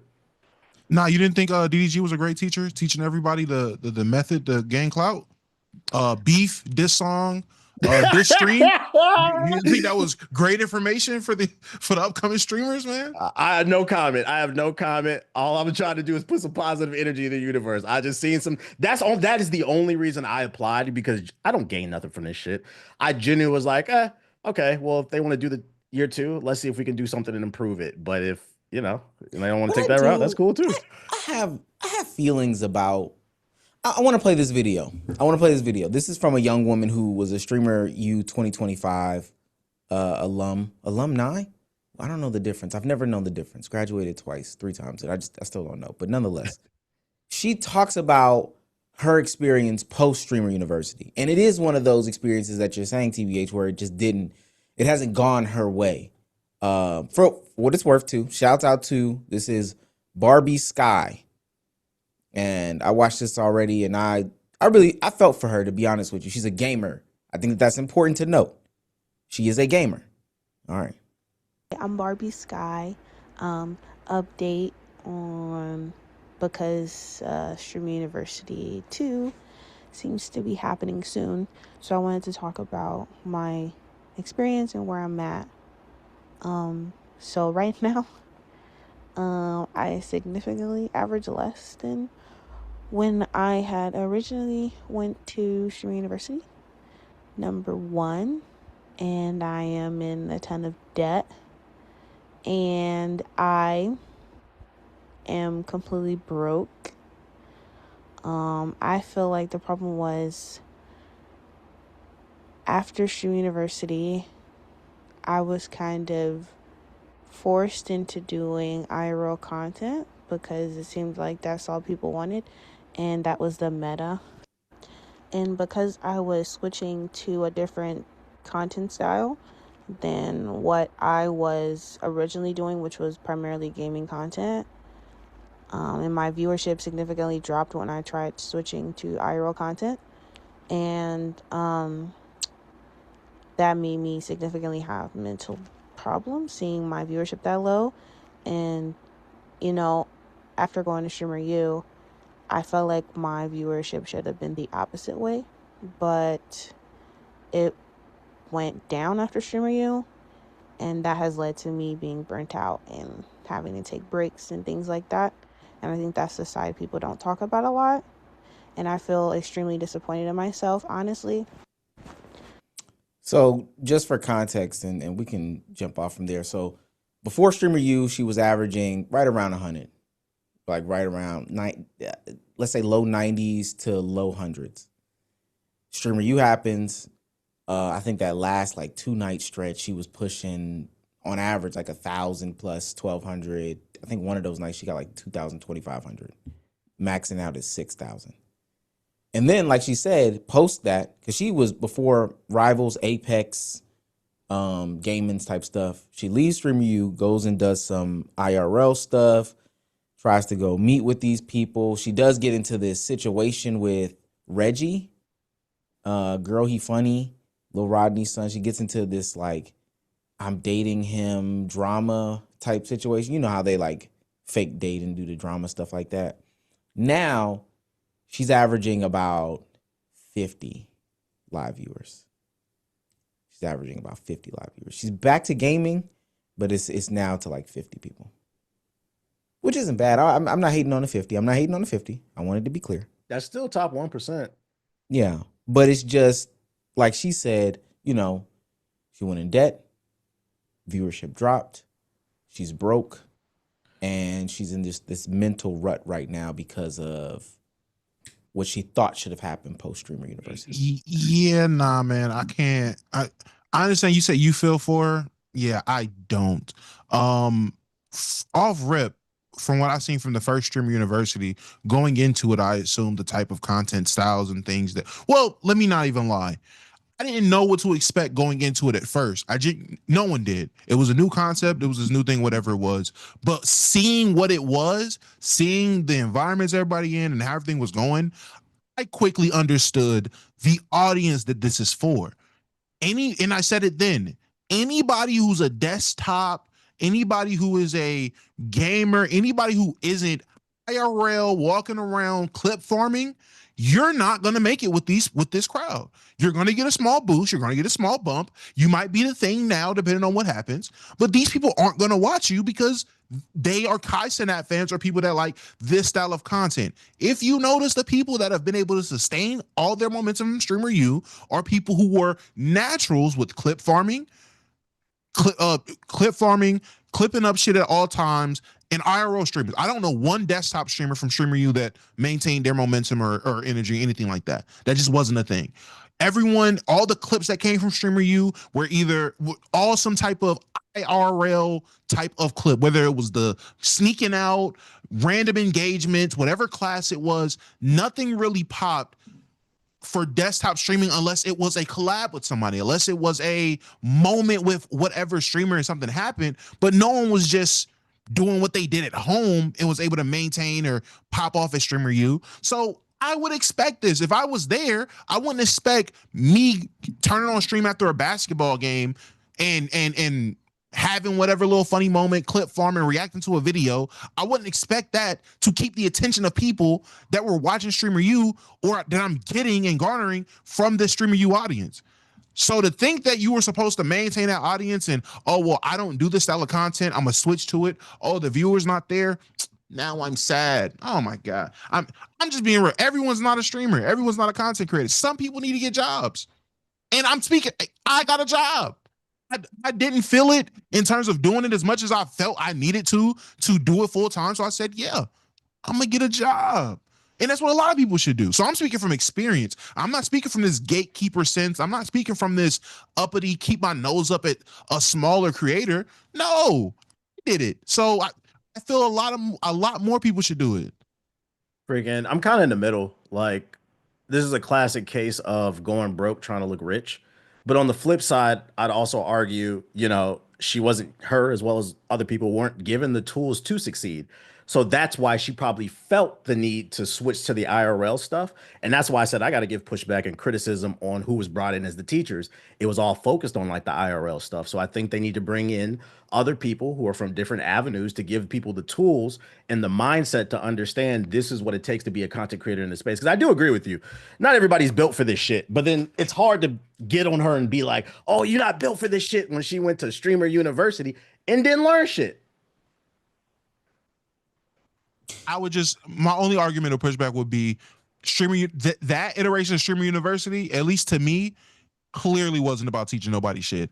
That was just it was a bit collab clout fest. The people that we're going to see were the people that, again, clip farmed the best. That's genuinely what happened. Now this time, I do think, and it was because of that engagement with Adrian Broner and Dina Great, I do think there's going to be more emphasis in doing things the right way this time, because Kai said in that clip, oh, they asked, oh, so are we denied or we approved? No one knows yet. Or when is it going to be? Oh, we don't know yet. It's still being planned out. It's still being thought out. TBD on the date. But just know you still have time to change what you're doing to get approved. That, to me, at least read as maybe the teachers are going to be better. Maybe they're going to be teaching more things. Maybe this is going to be more thought out than just, all right, bet we're going to bring everybody out. Clip farm, clip farm, clip farm. Agent dropped a good class. Dante had a good moment trying to teach people some stuff. DDG did DDG things. Clip farm, clip farm. But the only thing I'm gonna say is like, well, not the only thing, but I think that the perception of what it was supposed to be and what Kai said it was supposed to be or thought it was supposed to be, it didn't match up. And I don't even think that that's like a Kai issue. I think that other people really thought that they were gonna go there and something else was supposed to happen. But from everything that I know about him, and this is through consuming the content, working with him, all this stuff like that, is that like he likes the day camp, summer camp, opportunities for people to just do these things, these themed like things. And university does imply that there's going to be some like actual teaching going on, but for the most part, Kai was very fond of his college days. And so this was him just recreating his college days with a bunch of streamers and not his classmates that, actually cared about school. All right, cool. With that being said, though, you probably should have figured out a way to get in where you fit in that moment.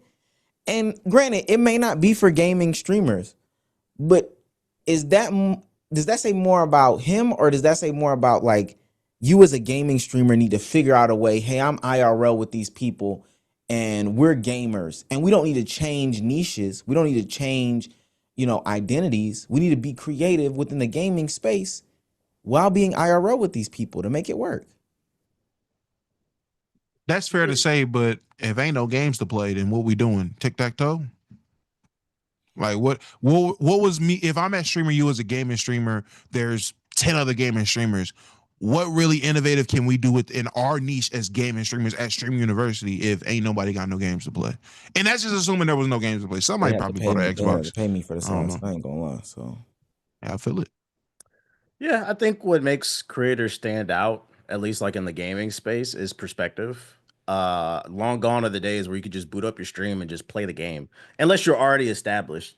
If you come into that mindset, yeah, you're gonna fail. So like I think where I could teach is like how you could package yourself to stand out.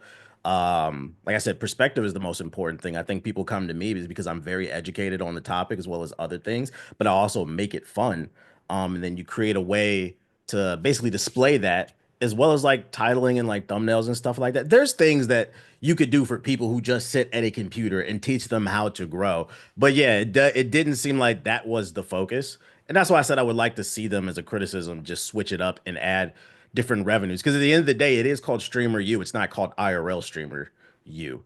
So like there's got to be different avenues, different conversations to add value to everybody. Because not everybody wants to be an IRL streamer. And keep it a buck, I don't even know how long IRL streaming is gonna. It could be a fad as far as we're concerned. So you might as well add some level of value to the people. But I don't think getting on social media and like airing out dirty laundry about X, Y, and Z is going to help either. I spend a lot of my time like this is my 18th year, 14 full time. To this day, I spend every week hours just researching. I still watch competition, still learning, still growing. Like I don't know if people know, but like in karate, there's the black belt, but there's 13 degrees to it. And I think where a lot of people fuck up in life is they understand I need to get the black belt, the college degree or the job, whatever your goal is at the black, but they don't understand that you need to get the other degrees. Like you should never stop learning. And that's where I would put on her. I'd be like, yo, you were there. Maybe you failed to capitalize on the moment, but that doesn't mean you need to beat yourself up. The tools are there. YouTube University is one of the best things, man. And that's also what I understood about when I went downtown for the IRL stuff, is that there weren't a lot of people who just again, with all due respect to the people that were out there, I'm not pedestalizing myself or anybody that I'm adjacent to and all these other things like that. There's a lack of like study, commitment, passion, all that. Did y'all see that one girl crying in the Knicks jersey? She had the Knicks jersey on and she was crying. Yes.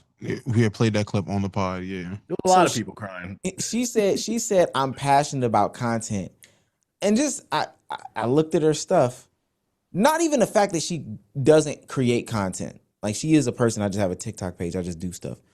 I'm not even worried about her being like a traditional YouTuber or a traditional streamer. There is nothing about her that says I'm passionate about content other than like I watch this streamer, that streamer.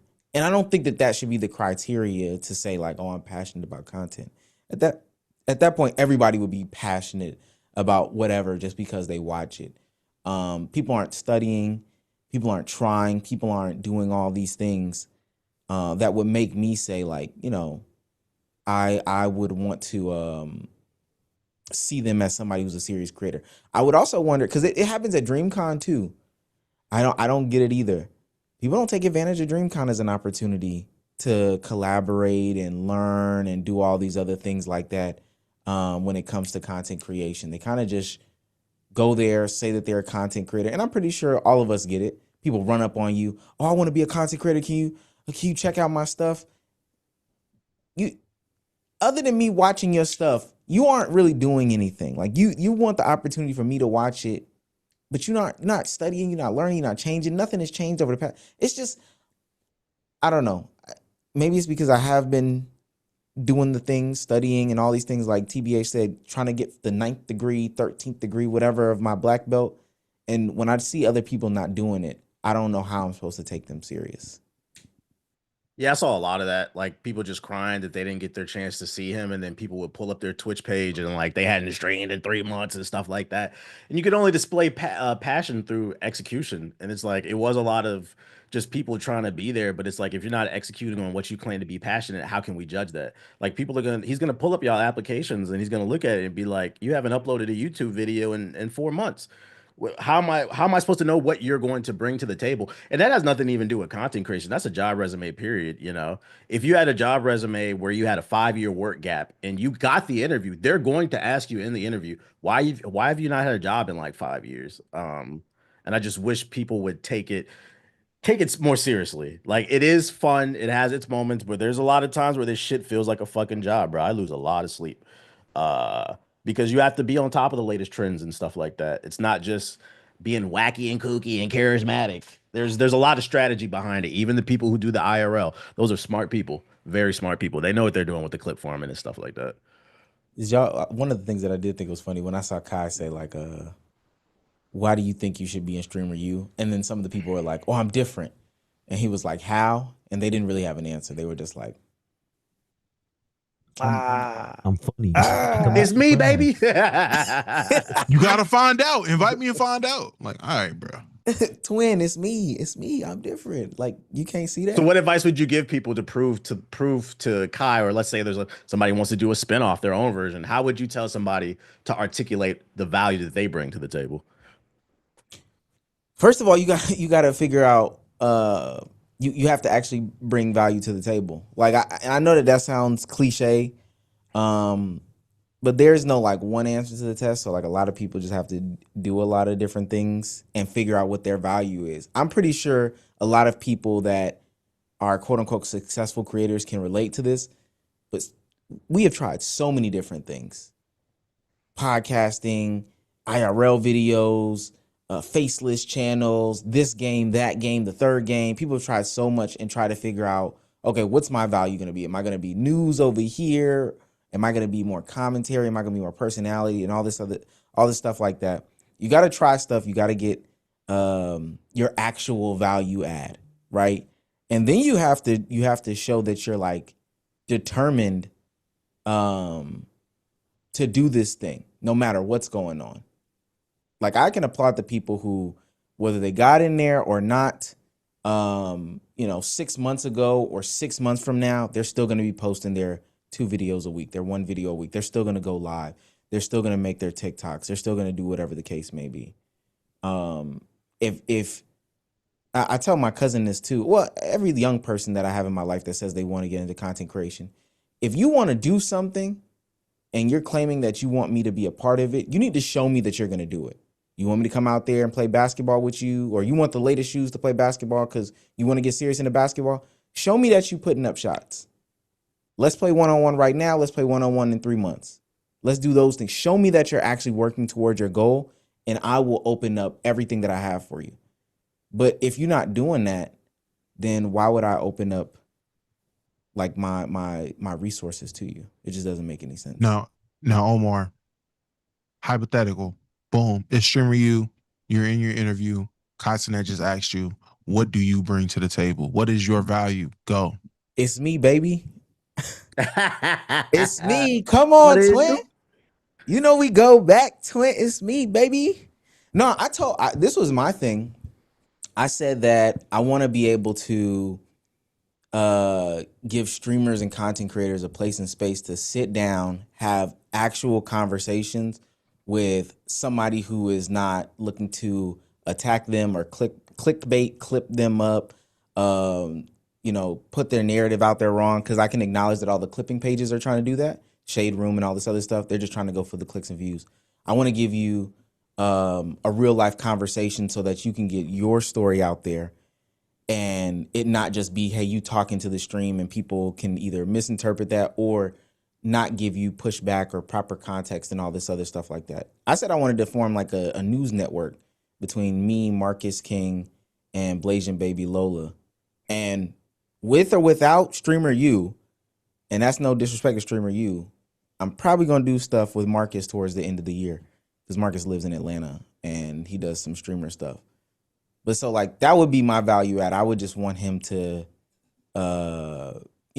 platform that because I know he gets misinterpreted a lot based off of what goes on in his life. So come and sit down. Let's have a real conversation.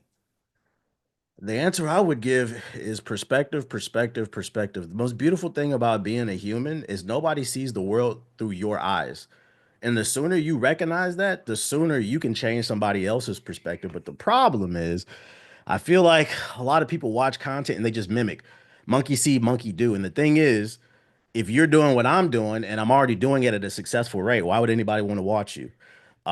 So it's like I think the value that I would bring is the perspective, but also the gift of speaking life into people, helping them understand. A lot of times the universe will tell a motherfucker go left and motherfuckers go right all the goddamn time. And I'm like, yo, I just saw you do X, Y, and Z. Why don't you double down? Oh, I never thought of that. But sometimes people need that.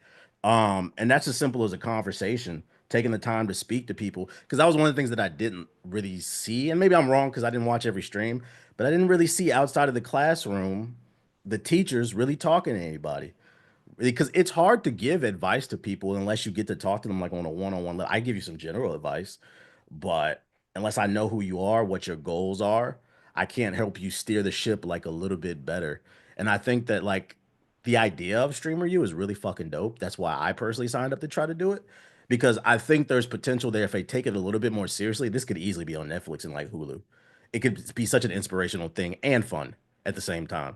And I'm funny and handsome too, so that helps. The camera loves me. See, Respect. This is why you should do something at DreamCon, and not to like co-opt whatever DreamCon has going on, but I would like to see like booths and stuff like that of people, doing creator consultations or all these other things like that. I would love for that to happen, because there's so there. I can acknowledge it is hard to figure out what took. How many years you said, TBH? You said how many years you been doing? 14? Oh yeah, I've been doing it 14 full time, 18 total. Yeah, it's hard to figure out what you've learned and continue to learn in these 18 years. Um, and if there was more places and spaces, especially in these like creator centric events for people to find that out in a genuine way, I would love for that to be the reality. First, it starts too with people keeping an open mind too, because I think another issue of why people fail is they don't have an idea or a perspective of what exactly is success to them, right? If by a lot of people's definition on the internet, I'm a fucking failure.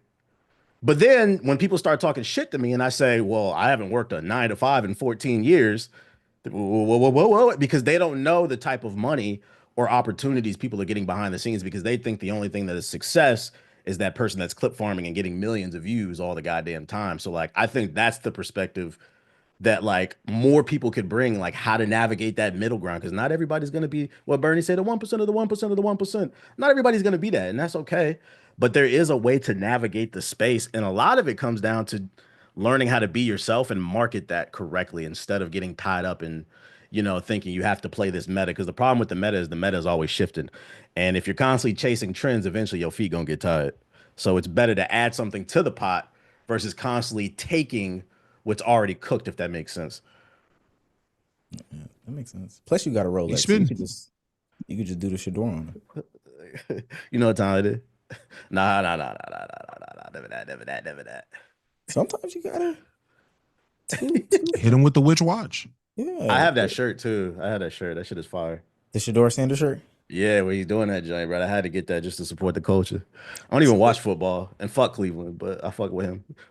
Cleveland is for all three Cleveland Browns fans. We did not say that. And to all 7 people that live in Cleveland, we did not say that. We did I'm not. always wage war with that city. That was what's the beef with Cleveland? I just don't like them niggas, bro. Like it's not like a reason, bro. It's not like a reason. You ever just knew somebody you don't like them?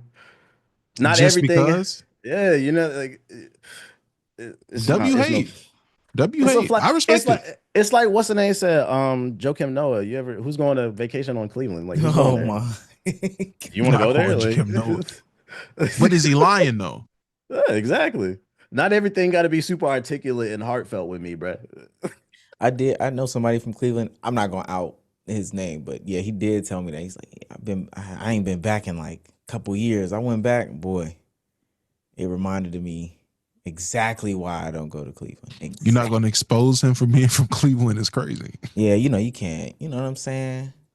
You can't get caught up in that. He ain't gonna hear it. They don't got internet out there. You can say it. Yo, no, he lives in Atlanta now. He lives in Atlanta now. Exactly. He made it out. Okay, let's read these super chats and then get up out of here. Yo, that's crazy. Shouts out to Cleveland. I'm gonna tell y'all something too. We went to DC, and there's a side of DC that ain't so pretty either. Okay. Well, yeah, you're not wrong. DC's a rough city. Matter of fact, I've been gone for like 7-8 years. The first time I've been back to DC was like a couple weeks ago. Me and my girl went because her friend was graduating from Howard. And like I don't know what part you was in, but there's an area called the Navy Yard where the Nationals play. We stayed in a hotel in that area. It's in Northwest.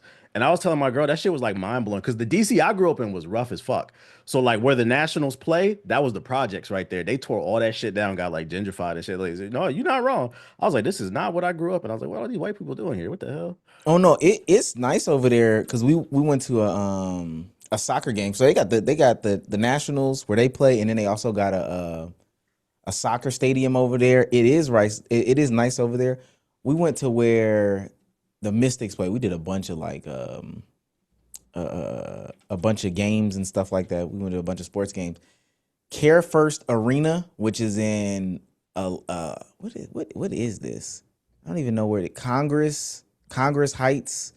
It don't matter. It's close to the Frederick Douglass Historic Site. I say all that to say projects, straight projects. Yeah, it's in Southeast the hood. Yeah, yeah, still rough. Straight, and I'm talking about boarded up needles on the floor, you know, crazy style. Nah, DC, you know the term murder capital come from DC. That wasn't just like not to like brag, because that shit is corny anyway. I hate when niggas do that shit. But the term murder capital, that came because DC's the capital.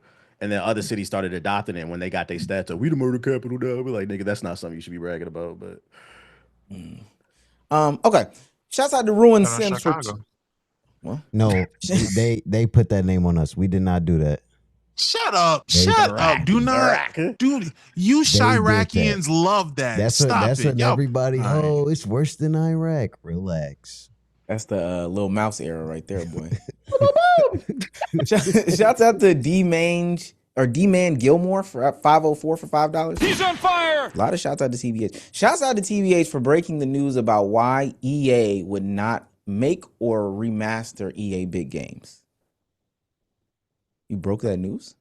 I don't know if I broke that news, but I shared it like in a video. I don't know if y'all want to know that, but yeah, I've had dinner with EA executives before for like, get flown out to events, play games early. And I asked them, I was like, hey, whatever happened to NBA Street, Fight for New York, those type of, arcade games? And they straight up told me they just didn't sell well. It really comes down to numbers. So, I mean, if you go do the research on VG charts, NBA Street Volume 2, classic game, it only sold like 2 million copies. So like my theory is it's a hood classic. Like we all played these games, but we probably played them at our cousin's house. Like we didn't all own them, and that's all they care about in this era where Madden and FIFA, they're just selling packs and shit like that. But it really just comes down to like they're cult classics, but they're not popular games. Matter of fact, I don't know if y'all know the content creator Maximilian, in the fighting community. Mm-hmm. He's huge. He recently, like in the past year, streamed Fight for New York. And he was just like blown away. Mind you, this is a fighting game content creator. He never heard of this game. So it just goes to show you, like, it really is like two Americas. It's a cultural thing. I find that hilarious. Also, I heard from like a lot of those people that were in the Def Jam Fight for New York game. Well, the Def Jam games, rappers just wanted more money. Once they realized, well, That's the issue too. Licensing. Yep. like people ended up wanting more money. I don't know if that was the issue when it came to like the sports side of EA Sports Bigs, but I definitely know I've heard from the rappers that were in those games. Yeah, we wanted more money. Joe Budden said on his podcast he only got paid like $3,000 as an appearance fee. Mhm. But the thing is, like, they wanted more money and they should, but it's like there was no money there. So here's the thing: if it does come back, do you really want it? Because they're gonna microtransaction to death, bro. I don't know. What I gotta pay to get Young Miami in the game. It is funny to see and hear things that you thought were just the biggest thing in the world when you was a kid. Nobody actually knows. Nobody knows what you're talking about. Y'all used to be on. I promise I'm gonna read the next one. Did y'all used to go on E-Bombs World when y'all were kids? Yeah. Okay. No. I know it. Thank I'm you. a nerd. Newgrounds, mini clip, all that shit. Shout out to Jay Terra for $2.79 Canadian. Repping for the YouTube chat that beat the allegations. If you know, you know. I don't know, but we appreciate you. For $20, Ruin Sims. I think he's referencing my streams because I stream on Twitch and YouTube, and like I'm not gonna lie, I be ragging on them niggas. The dumbest comments always come from YouTube. I don't know if it's like a cultural Not thing. too much. I think that's what he's talking about. I ain't talking about your audience, but I think he's talking about mine. Yeah, y'all good. Y'all good over here, YouTube. Y'all don't say dumb things. Ruin Sim says, nah, TBH, don't fuck with Cleveland. This war never ending. Never, and then we spinning on Cleveland forever. Have you ever been there? Why would I go there, sir? Oh, I'm just asking. Do they have an airport? Listen, there's nothing in Cleveland. Ain't no food, ain't no water. They women look like super mutants and Krogans, okay? I'm not going there. No, thank you. Shouts out to Be Like Mouth. He's on For fire. $5 says, what the fuck? I've been watching Bro since the Modern War Negro days. Shouts out to you. Tight shit. Shout out to NWN days, man. For a Canadian $6.99, Zach says, He's on fire. hot take, unless your father has passed away, RIP, posting a Father's Day story when your dad doesn't even have Instagram/X is performative. Same for Mother's Day. Oh, We mad at niggas posting their daddy? I'm lost. I mean, as Mr. Dad for Dad himself, I agree. Who is this for? Why are you telling me about your dad on Father's Day? Nigga, tell him that. Again, they don't have social media. I agree. W hate. And let me ask you a question before we read another super chat. Why y'all put GTA 6 in the title and we ain't talk about it? Oh, was it in the title? Because Omar doesn't know how to plan a podcast. Wait, why is Bree in the back laughing so hard? Whoa! Shit. GTA 6 came out. It's a really good game. Or it hasn't come out yet, but I also heard it was gonna be Oh, the that's prices. wild. The prices did come out on GTA 6, by the way. No, they didn't. It was a rumor. No. Well, It's I'm not looking at confirmed. the rumor Comes out like prices. Friday. Listen, bruh. My kid's not gonna have video games. I'm just gonna put it out You're there. so old, bro. This stuff is getting expensive. By the time I have kids and they grow up, I won't even say that. Hey, let me ask y'all a question. $200 will be crazy. Since y'all more sports focused, so there's a rumor that potentially the base version could be $100. Let's say it is $100 for GTA 6. Would y'all buy it? I am. You're part of the problem. What about everybody else? No, part of the problem. Listen, my thing is, if this was one of those I am. 2K Madden come out every year games, hell Nope, no, not doing nope, it. nope. The fact that GTA is going to be out bare minimum 5 Nope. years, and I'm going to get $100 worth of enjoyment out of Nope. it without spending anything more, I'm good. We If can't keep folding as consumers. Like genuinely I'm not speaking, voting as a consumer. I'm letting you know right Actually, now I because would I be. say it on my platform all the time. If I'm okay if it's a collector's edition, but if the base version is $100, I know it probably won't do anything, but off of principle, I am not playing that game because it's going to be the most detrimental game to the video game industry because the NBA 2Ks and everything else in between are going to say, well, why can't we charge $100? Because that's what capitalism does. They're fucking greedy, bro. And Hey, I just I want don't to care say, how fun that game is. I like the culture more than anything. I promise you, if 2K promise that will not be an issue because 2K, Madden, all these other games will quickly realize why they aren't GTA and they can't do that. There will be people who are still a part of the problem, but I promise you the people that are paying $100 for GTA are not going to be all the same people paying $100 for the base level of 2K, Madden, all these games that are coming out yearly. I refuse to believe it.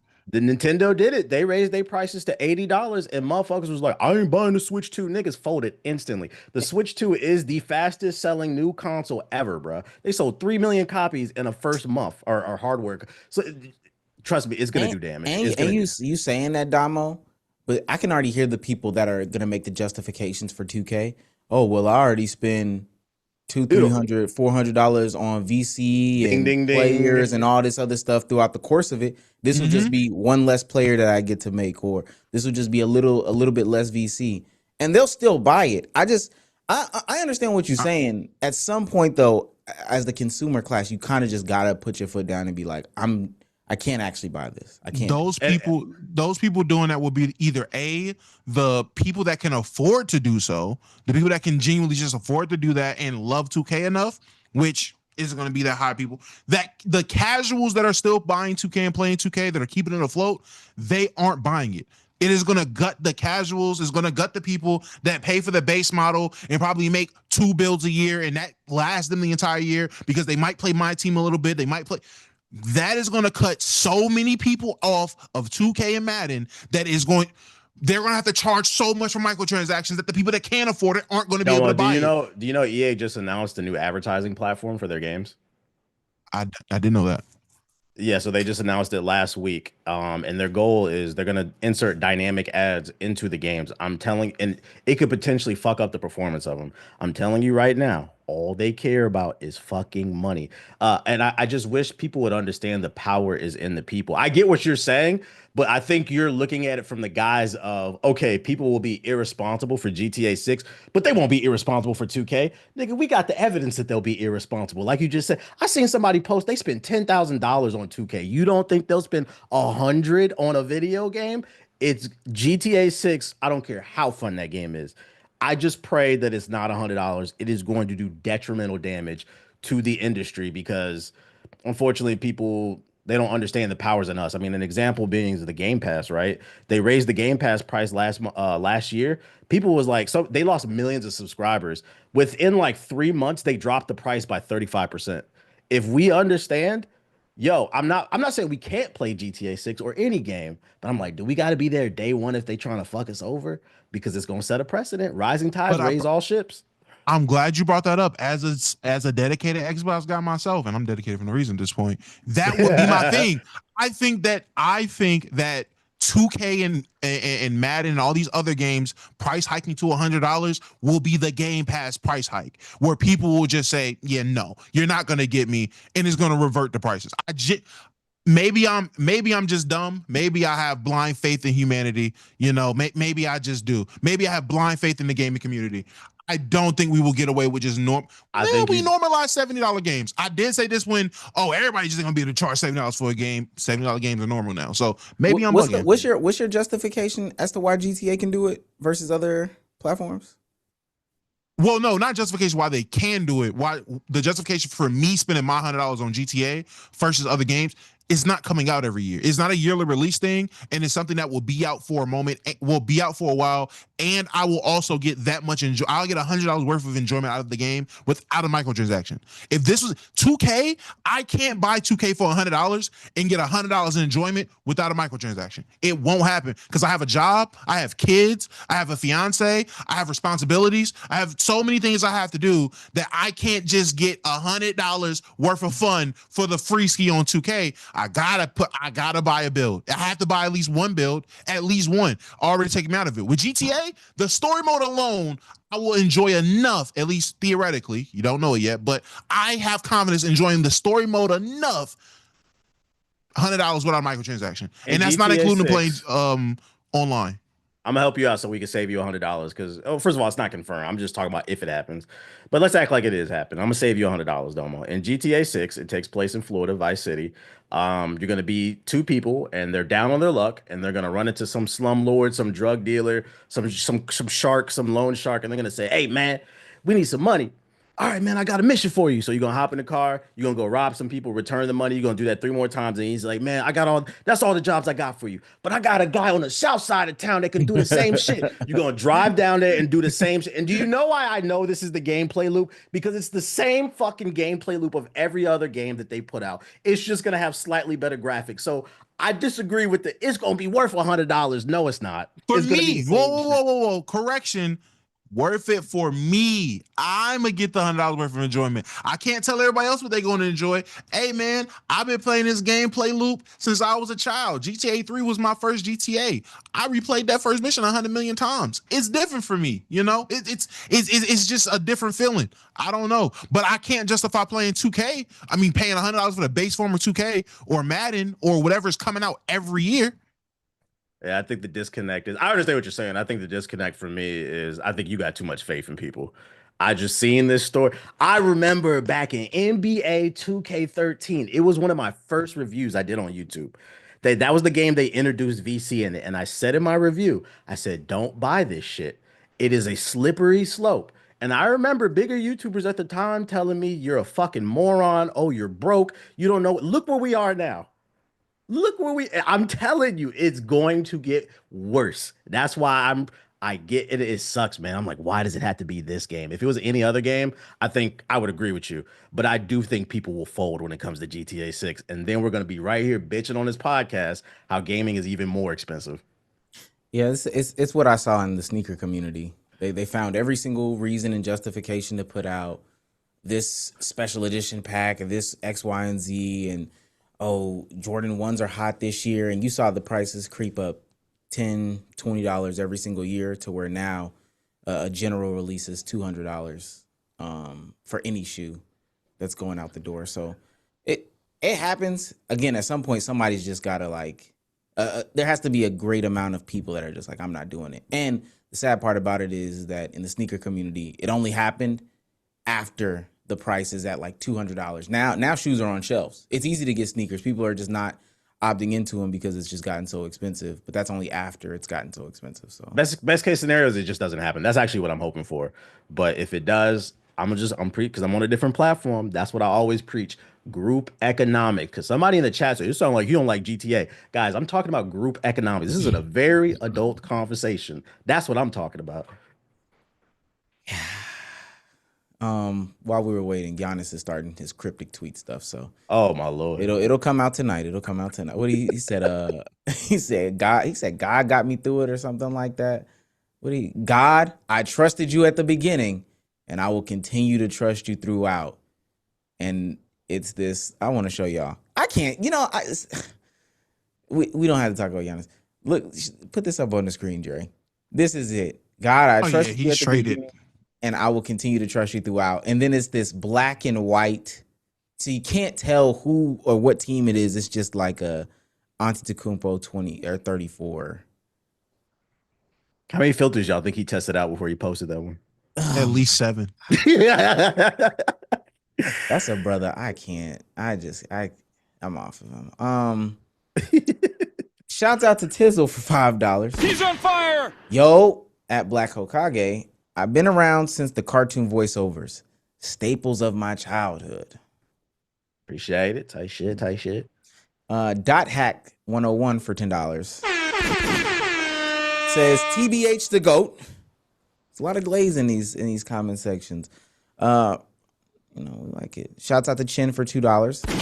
Favorite Leos on screen. My parasocial finna leak. Interesting. What? When is your birthday, TBH? August 8th. Oh, okay. You got me by like 11 days. Okay, it's good though. August Leo. That's the only Leo that matters. You into that shit? No, but it's just something that He you is. gotta He is. No, I don't know about you. He is. I promise you. I don't even know the rest of them. I do question a person who, and one day we'll have to talk about that instant sign that you know you're not going to be friends with somebody. If you can give them your birthday and they know your zodiac sign, it's cooked. Let me give y'all some game. I'm not a single man anymore. I'm out the game. But one thing I did used to do, I don't believe in that zodiac shit, but one thing I did used to do, I don't know if you know, but there's a symbol for each zodiac sign. So one day I Googled what's the symbol for Leo, and I found a necklace for it. So I used to wear it to like parties and shit like that. And I would approach women, and if they knew what it was, I wouldn't fuck with them. That's a red flag. Oh, okay. Good. Okay. I'd be like, that'd be crazy. A Leo would do that shit. Okay. Right. Yeah, you're right. I'm trying to get y'all some game. And the Leo won't do that shit. Shout out to Dom Mudo, 18 for $5. He's on fire. Is that the GOAT? I'm assuming they talking about It is. Lyric. Shouts out to Step Back for becoming a member for 8 months. Superstar status says, I've been waiting for this for years. And then also says for $10. Gotta hit random soundboard buttons. Respect, fellas. Respect you too. Respect. Chin becomes a member for 9 months, saying, TBH on the pod again actually made my day. L no be souls though. He would be here if he didn't sound like trash. Bryce XP for $10 says Big TBH, never the little one, aka the ball and gun general. I don't know about all that. Exile for $2 says, turned 29 today. Nintendo 64 was my first. You lost your virginity to the Nintendo 64? That's your first console. Keep.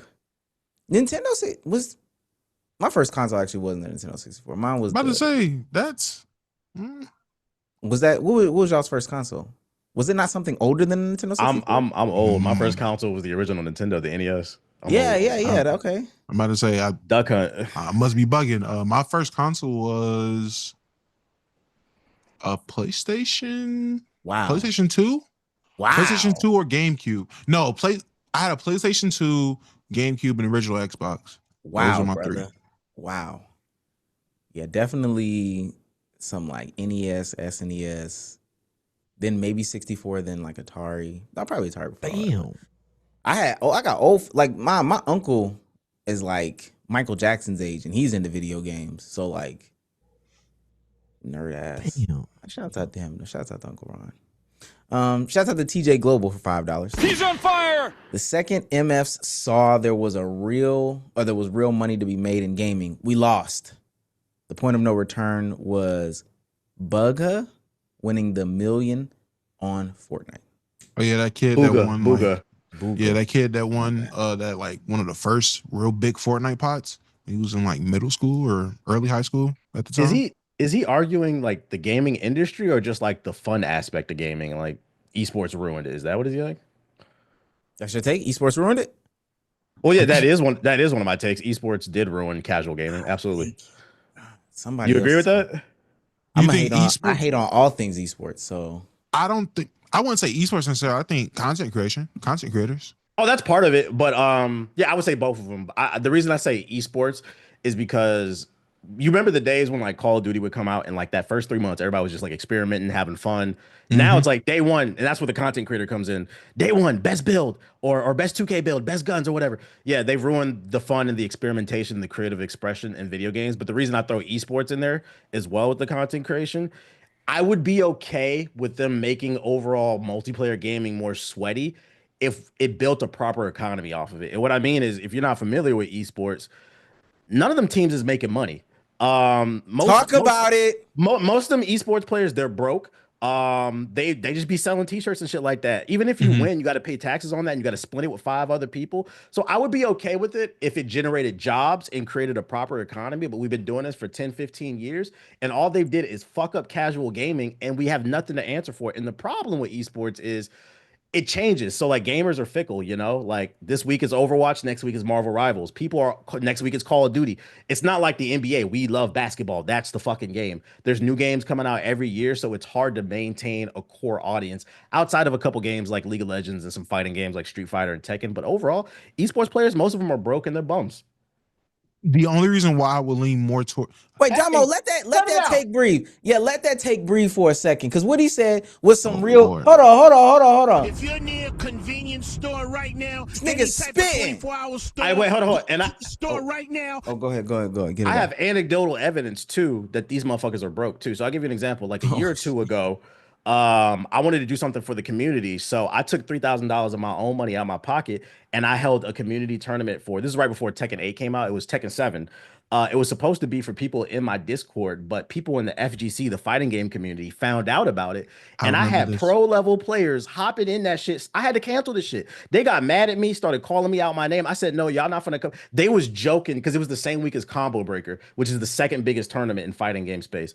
They were joking, oh, we finna come in there and finesse these niggas. I said, not to my fucking audience. I shut that shit down, bro. And I made it very clear because I did own it. It was on me. I should have made it clear. It was specifically for my Discord. The link somehow, it made its way out, whatever. But I was like, yeah, when $3,000 got niggas to not go to Combo Breaker, the second biggest tournament behind Evil, I said, oh, you niggas is broke. You're fucking, which 3,000 is good money, but I thought y'all was making like millions and shit like that. I was like, what the fuck?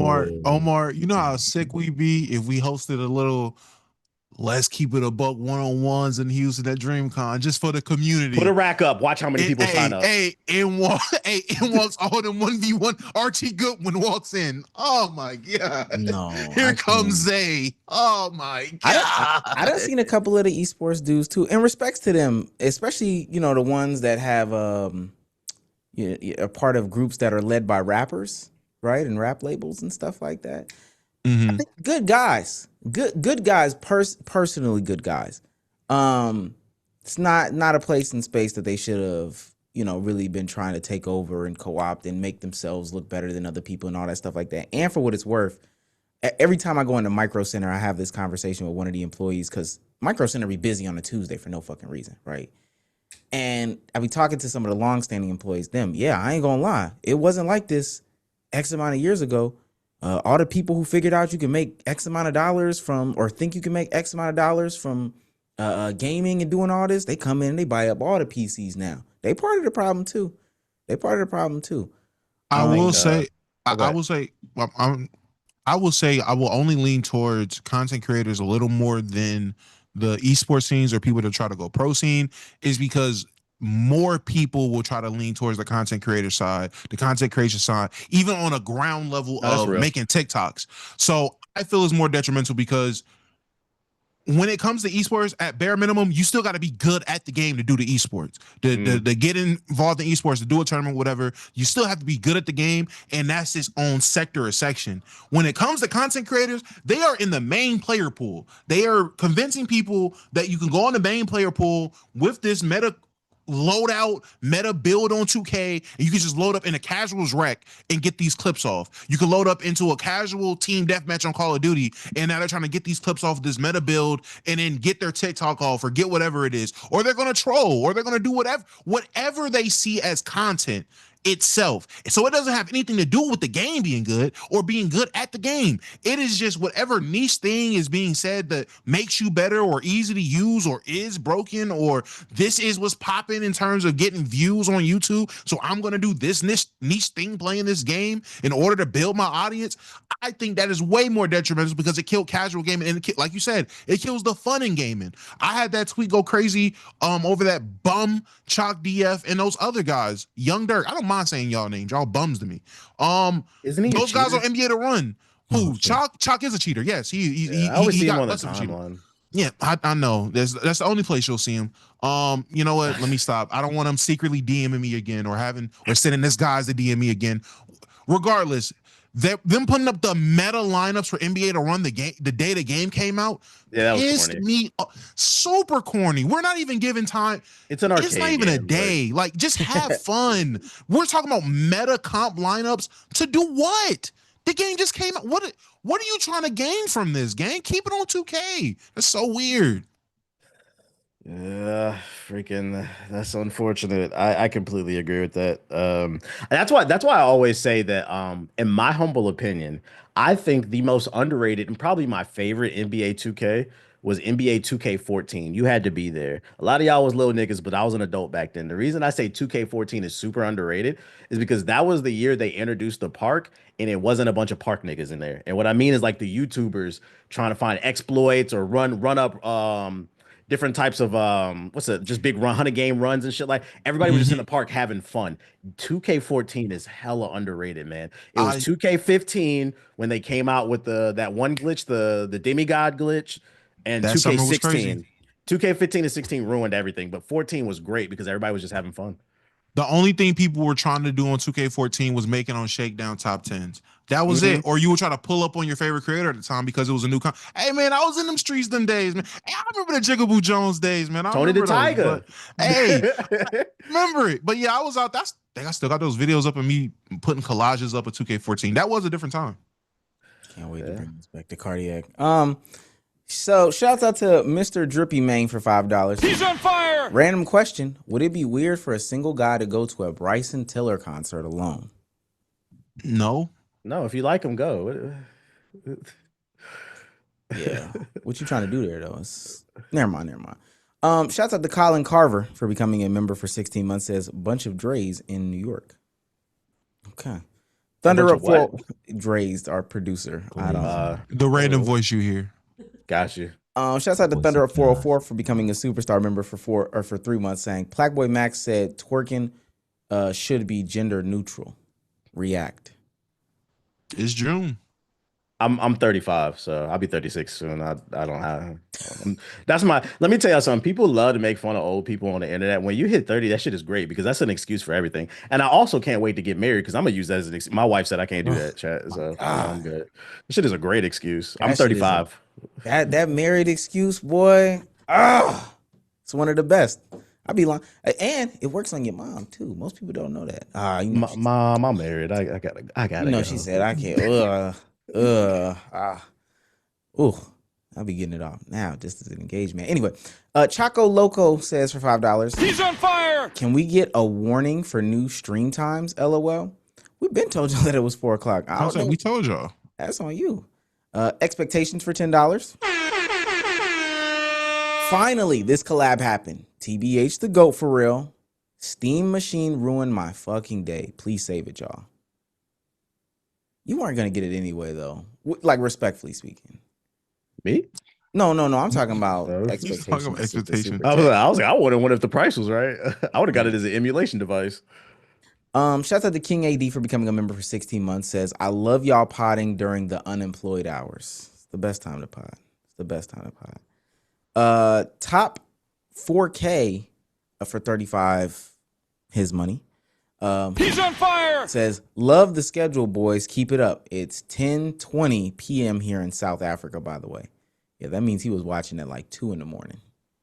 Oh yeah, them 8 o'clock start times just to kill y'all, huh? Yeah. Oh, and then last one. This is soccer related. If anybody knows, shout out to Millen for $4.99, $5, £5. He's on fire. Messi is no longer the GOAT of football. He is the GOAT of sports. It's insane how good he is still. I guess Sure. Somebody would have to make it make sense. it's called soccer, buddy. Yeah. Shout out USA, man. Somebody would have to put it into whatchamajig's perspective. I All-time can't wait for World July Cups. 4th. I don't know. Nobody in America wearing messy shoes. I don't know, man. But I guess. Talk about it. He's the all-time World Cup goals record holder. That's what he just did today. Woo. I don't even know. Okay. Yeah, y'all not talking about the World Cup? This is a sports podcast. No. The events are cool though. I'm just here for the memes. Like I read that we could potentially play England because we already advanced to the next round and we could potentially play them next. I hope we do and we beat them just for the memes. Other than that, I don't really care. We're going to play them on the 4th of July. Because it's our 4th of July and it's our 250th birthday. That shit would be great. Wait, are you serious? Yeah. I'm dead serious. Yeah. Just for I'm the memes, outside. I want to beat them. Yeah. I'm outside. Yeah. Oh, we can't lose though. Because then we might have to do a. We got a legit squad this year. They're fun to watch. I've been actually keeping up with some of the games. Might have to do a Revolutionary War in real life. Yeah. 2026. Anyway, ladies and gentlemen, this has been another episode of the Let's Keep It a Buck podcast. Right, one of the best podcasts in the world. The only one that I could think is better is previous episodes of the Let's Keep It a Buck podcast. I don't know. Shouts out to our special guest, TBH in the building. Woo! Hey, I'm more than happy to join you anytime you guys invite me. Like maybe like mid-season for like the Wizards, because I've been told, I don't know, maybe y'all can let me know or not. I've been told that like I'm an intimidating person. That's why people don't reach out to me. Cause like y'all know Kenny fourth quarter? Yeah. Yes. Yeah, he rated me like a couple years back on Twitch, like randomly, and I went because I was like shocked. I was like, what the fuck? I didn't even know he knew who I was. So then I went and looked at his VOD and he was like, I'm gonna rate this guy, but I don't know if he wants to be bothered. But we're gonna give it a shot. And in my head, I was thinking, is that the way I come across to people? Like, I don't want to be like be bothered. Like, as long as you ain't on no fuck shit, I'm cool. So like I'm more than happy to come back. What's up, man? Did you go see He-Man? Nigga, I'm 35, not 55. Well, I'm just saying, you a He-Man fan? No, but I did go see the movie. Pretty good movie. The only reason why I say that is because this just came across the desk. A Thundercats movie is in the way. I am a fan of Thundercats, and I will dress up. You read like comics? one. A little bit, but definitely toys and then the old shows. I like rewatch the old shows frequently, actually. Okay. Still. You are old, bro. Holy Thundercats is good, bro.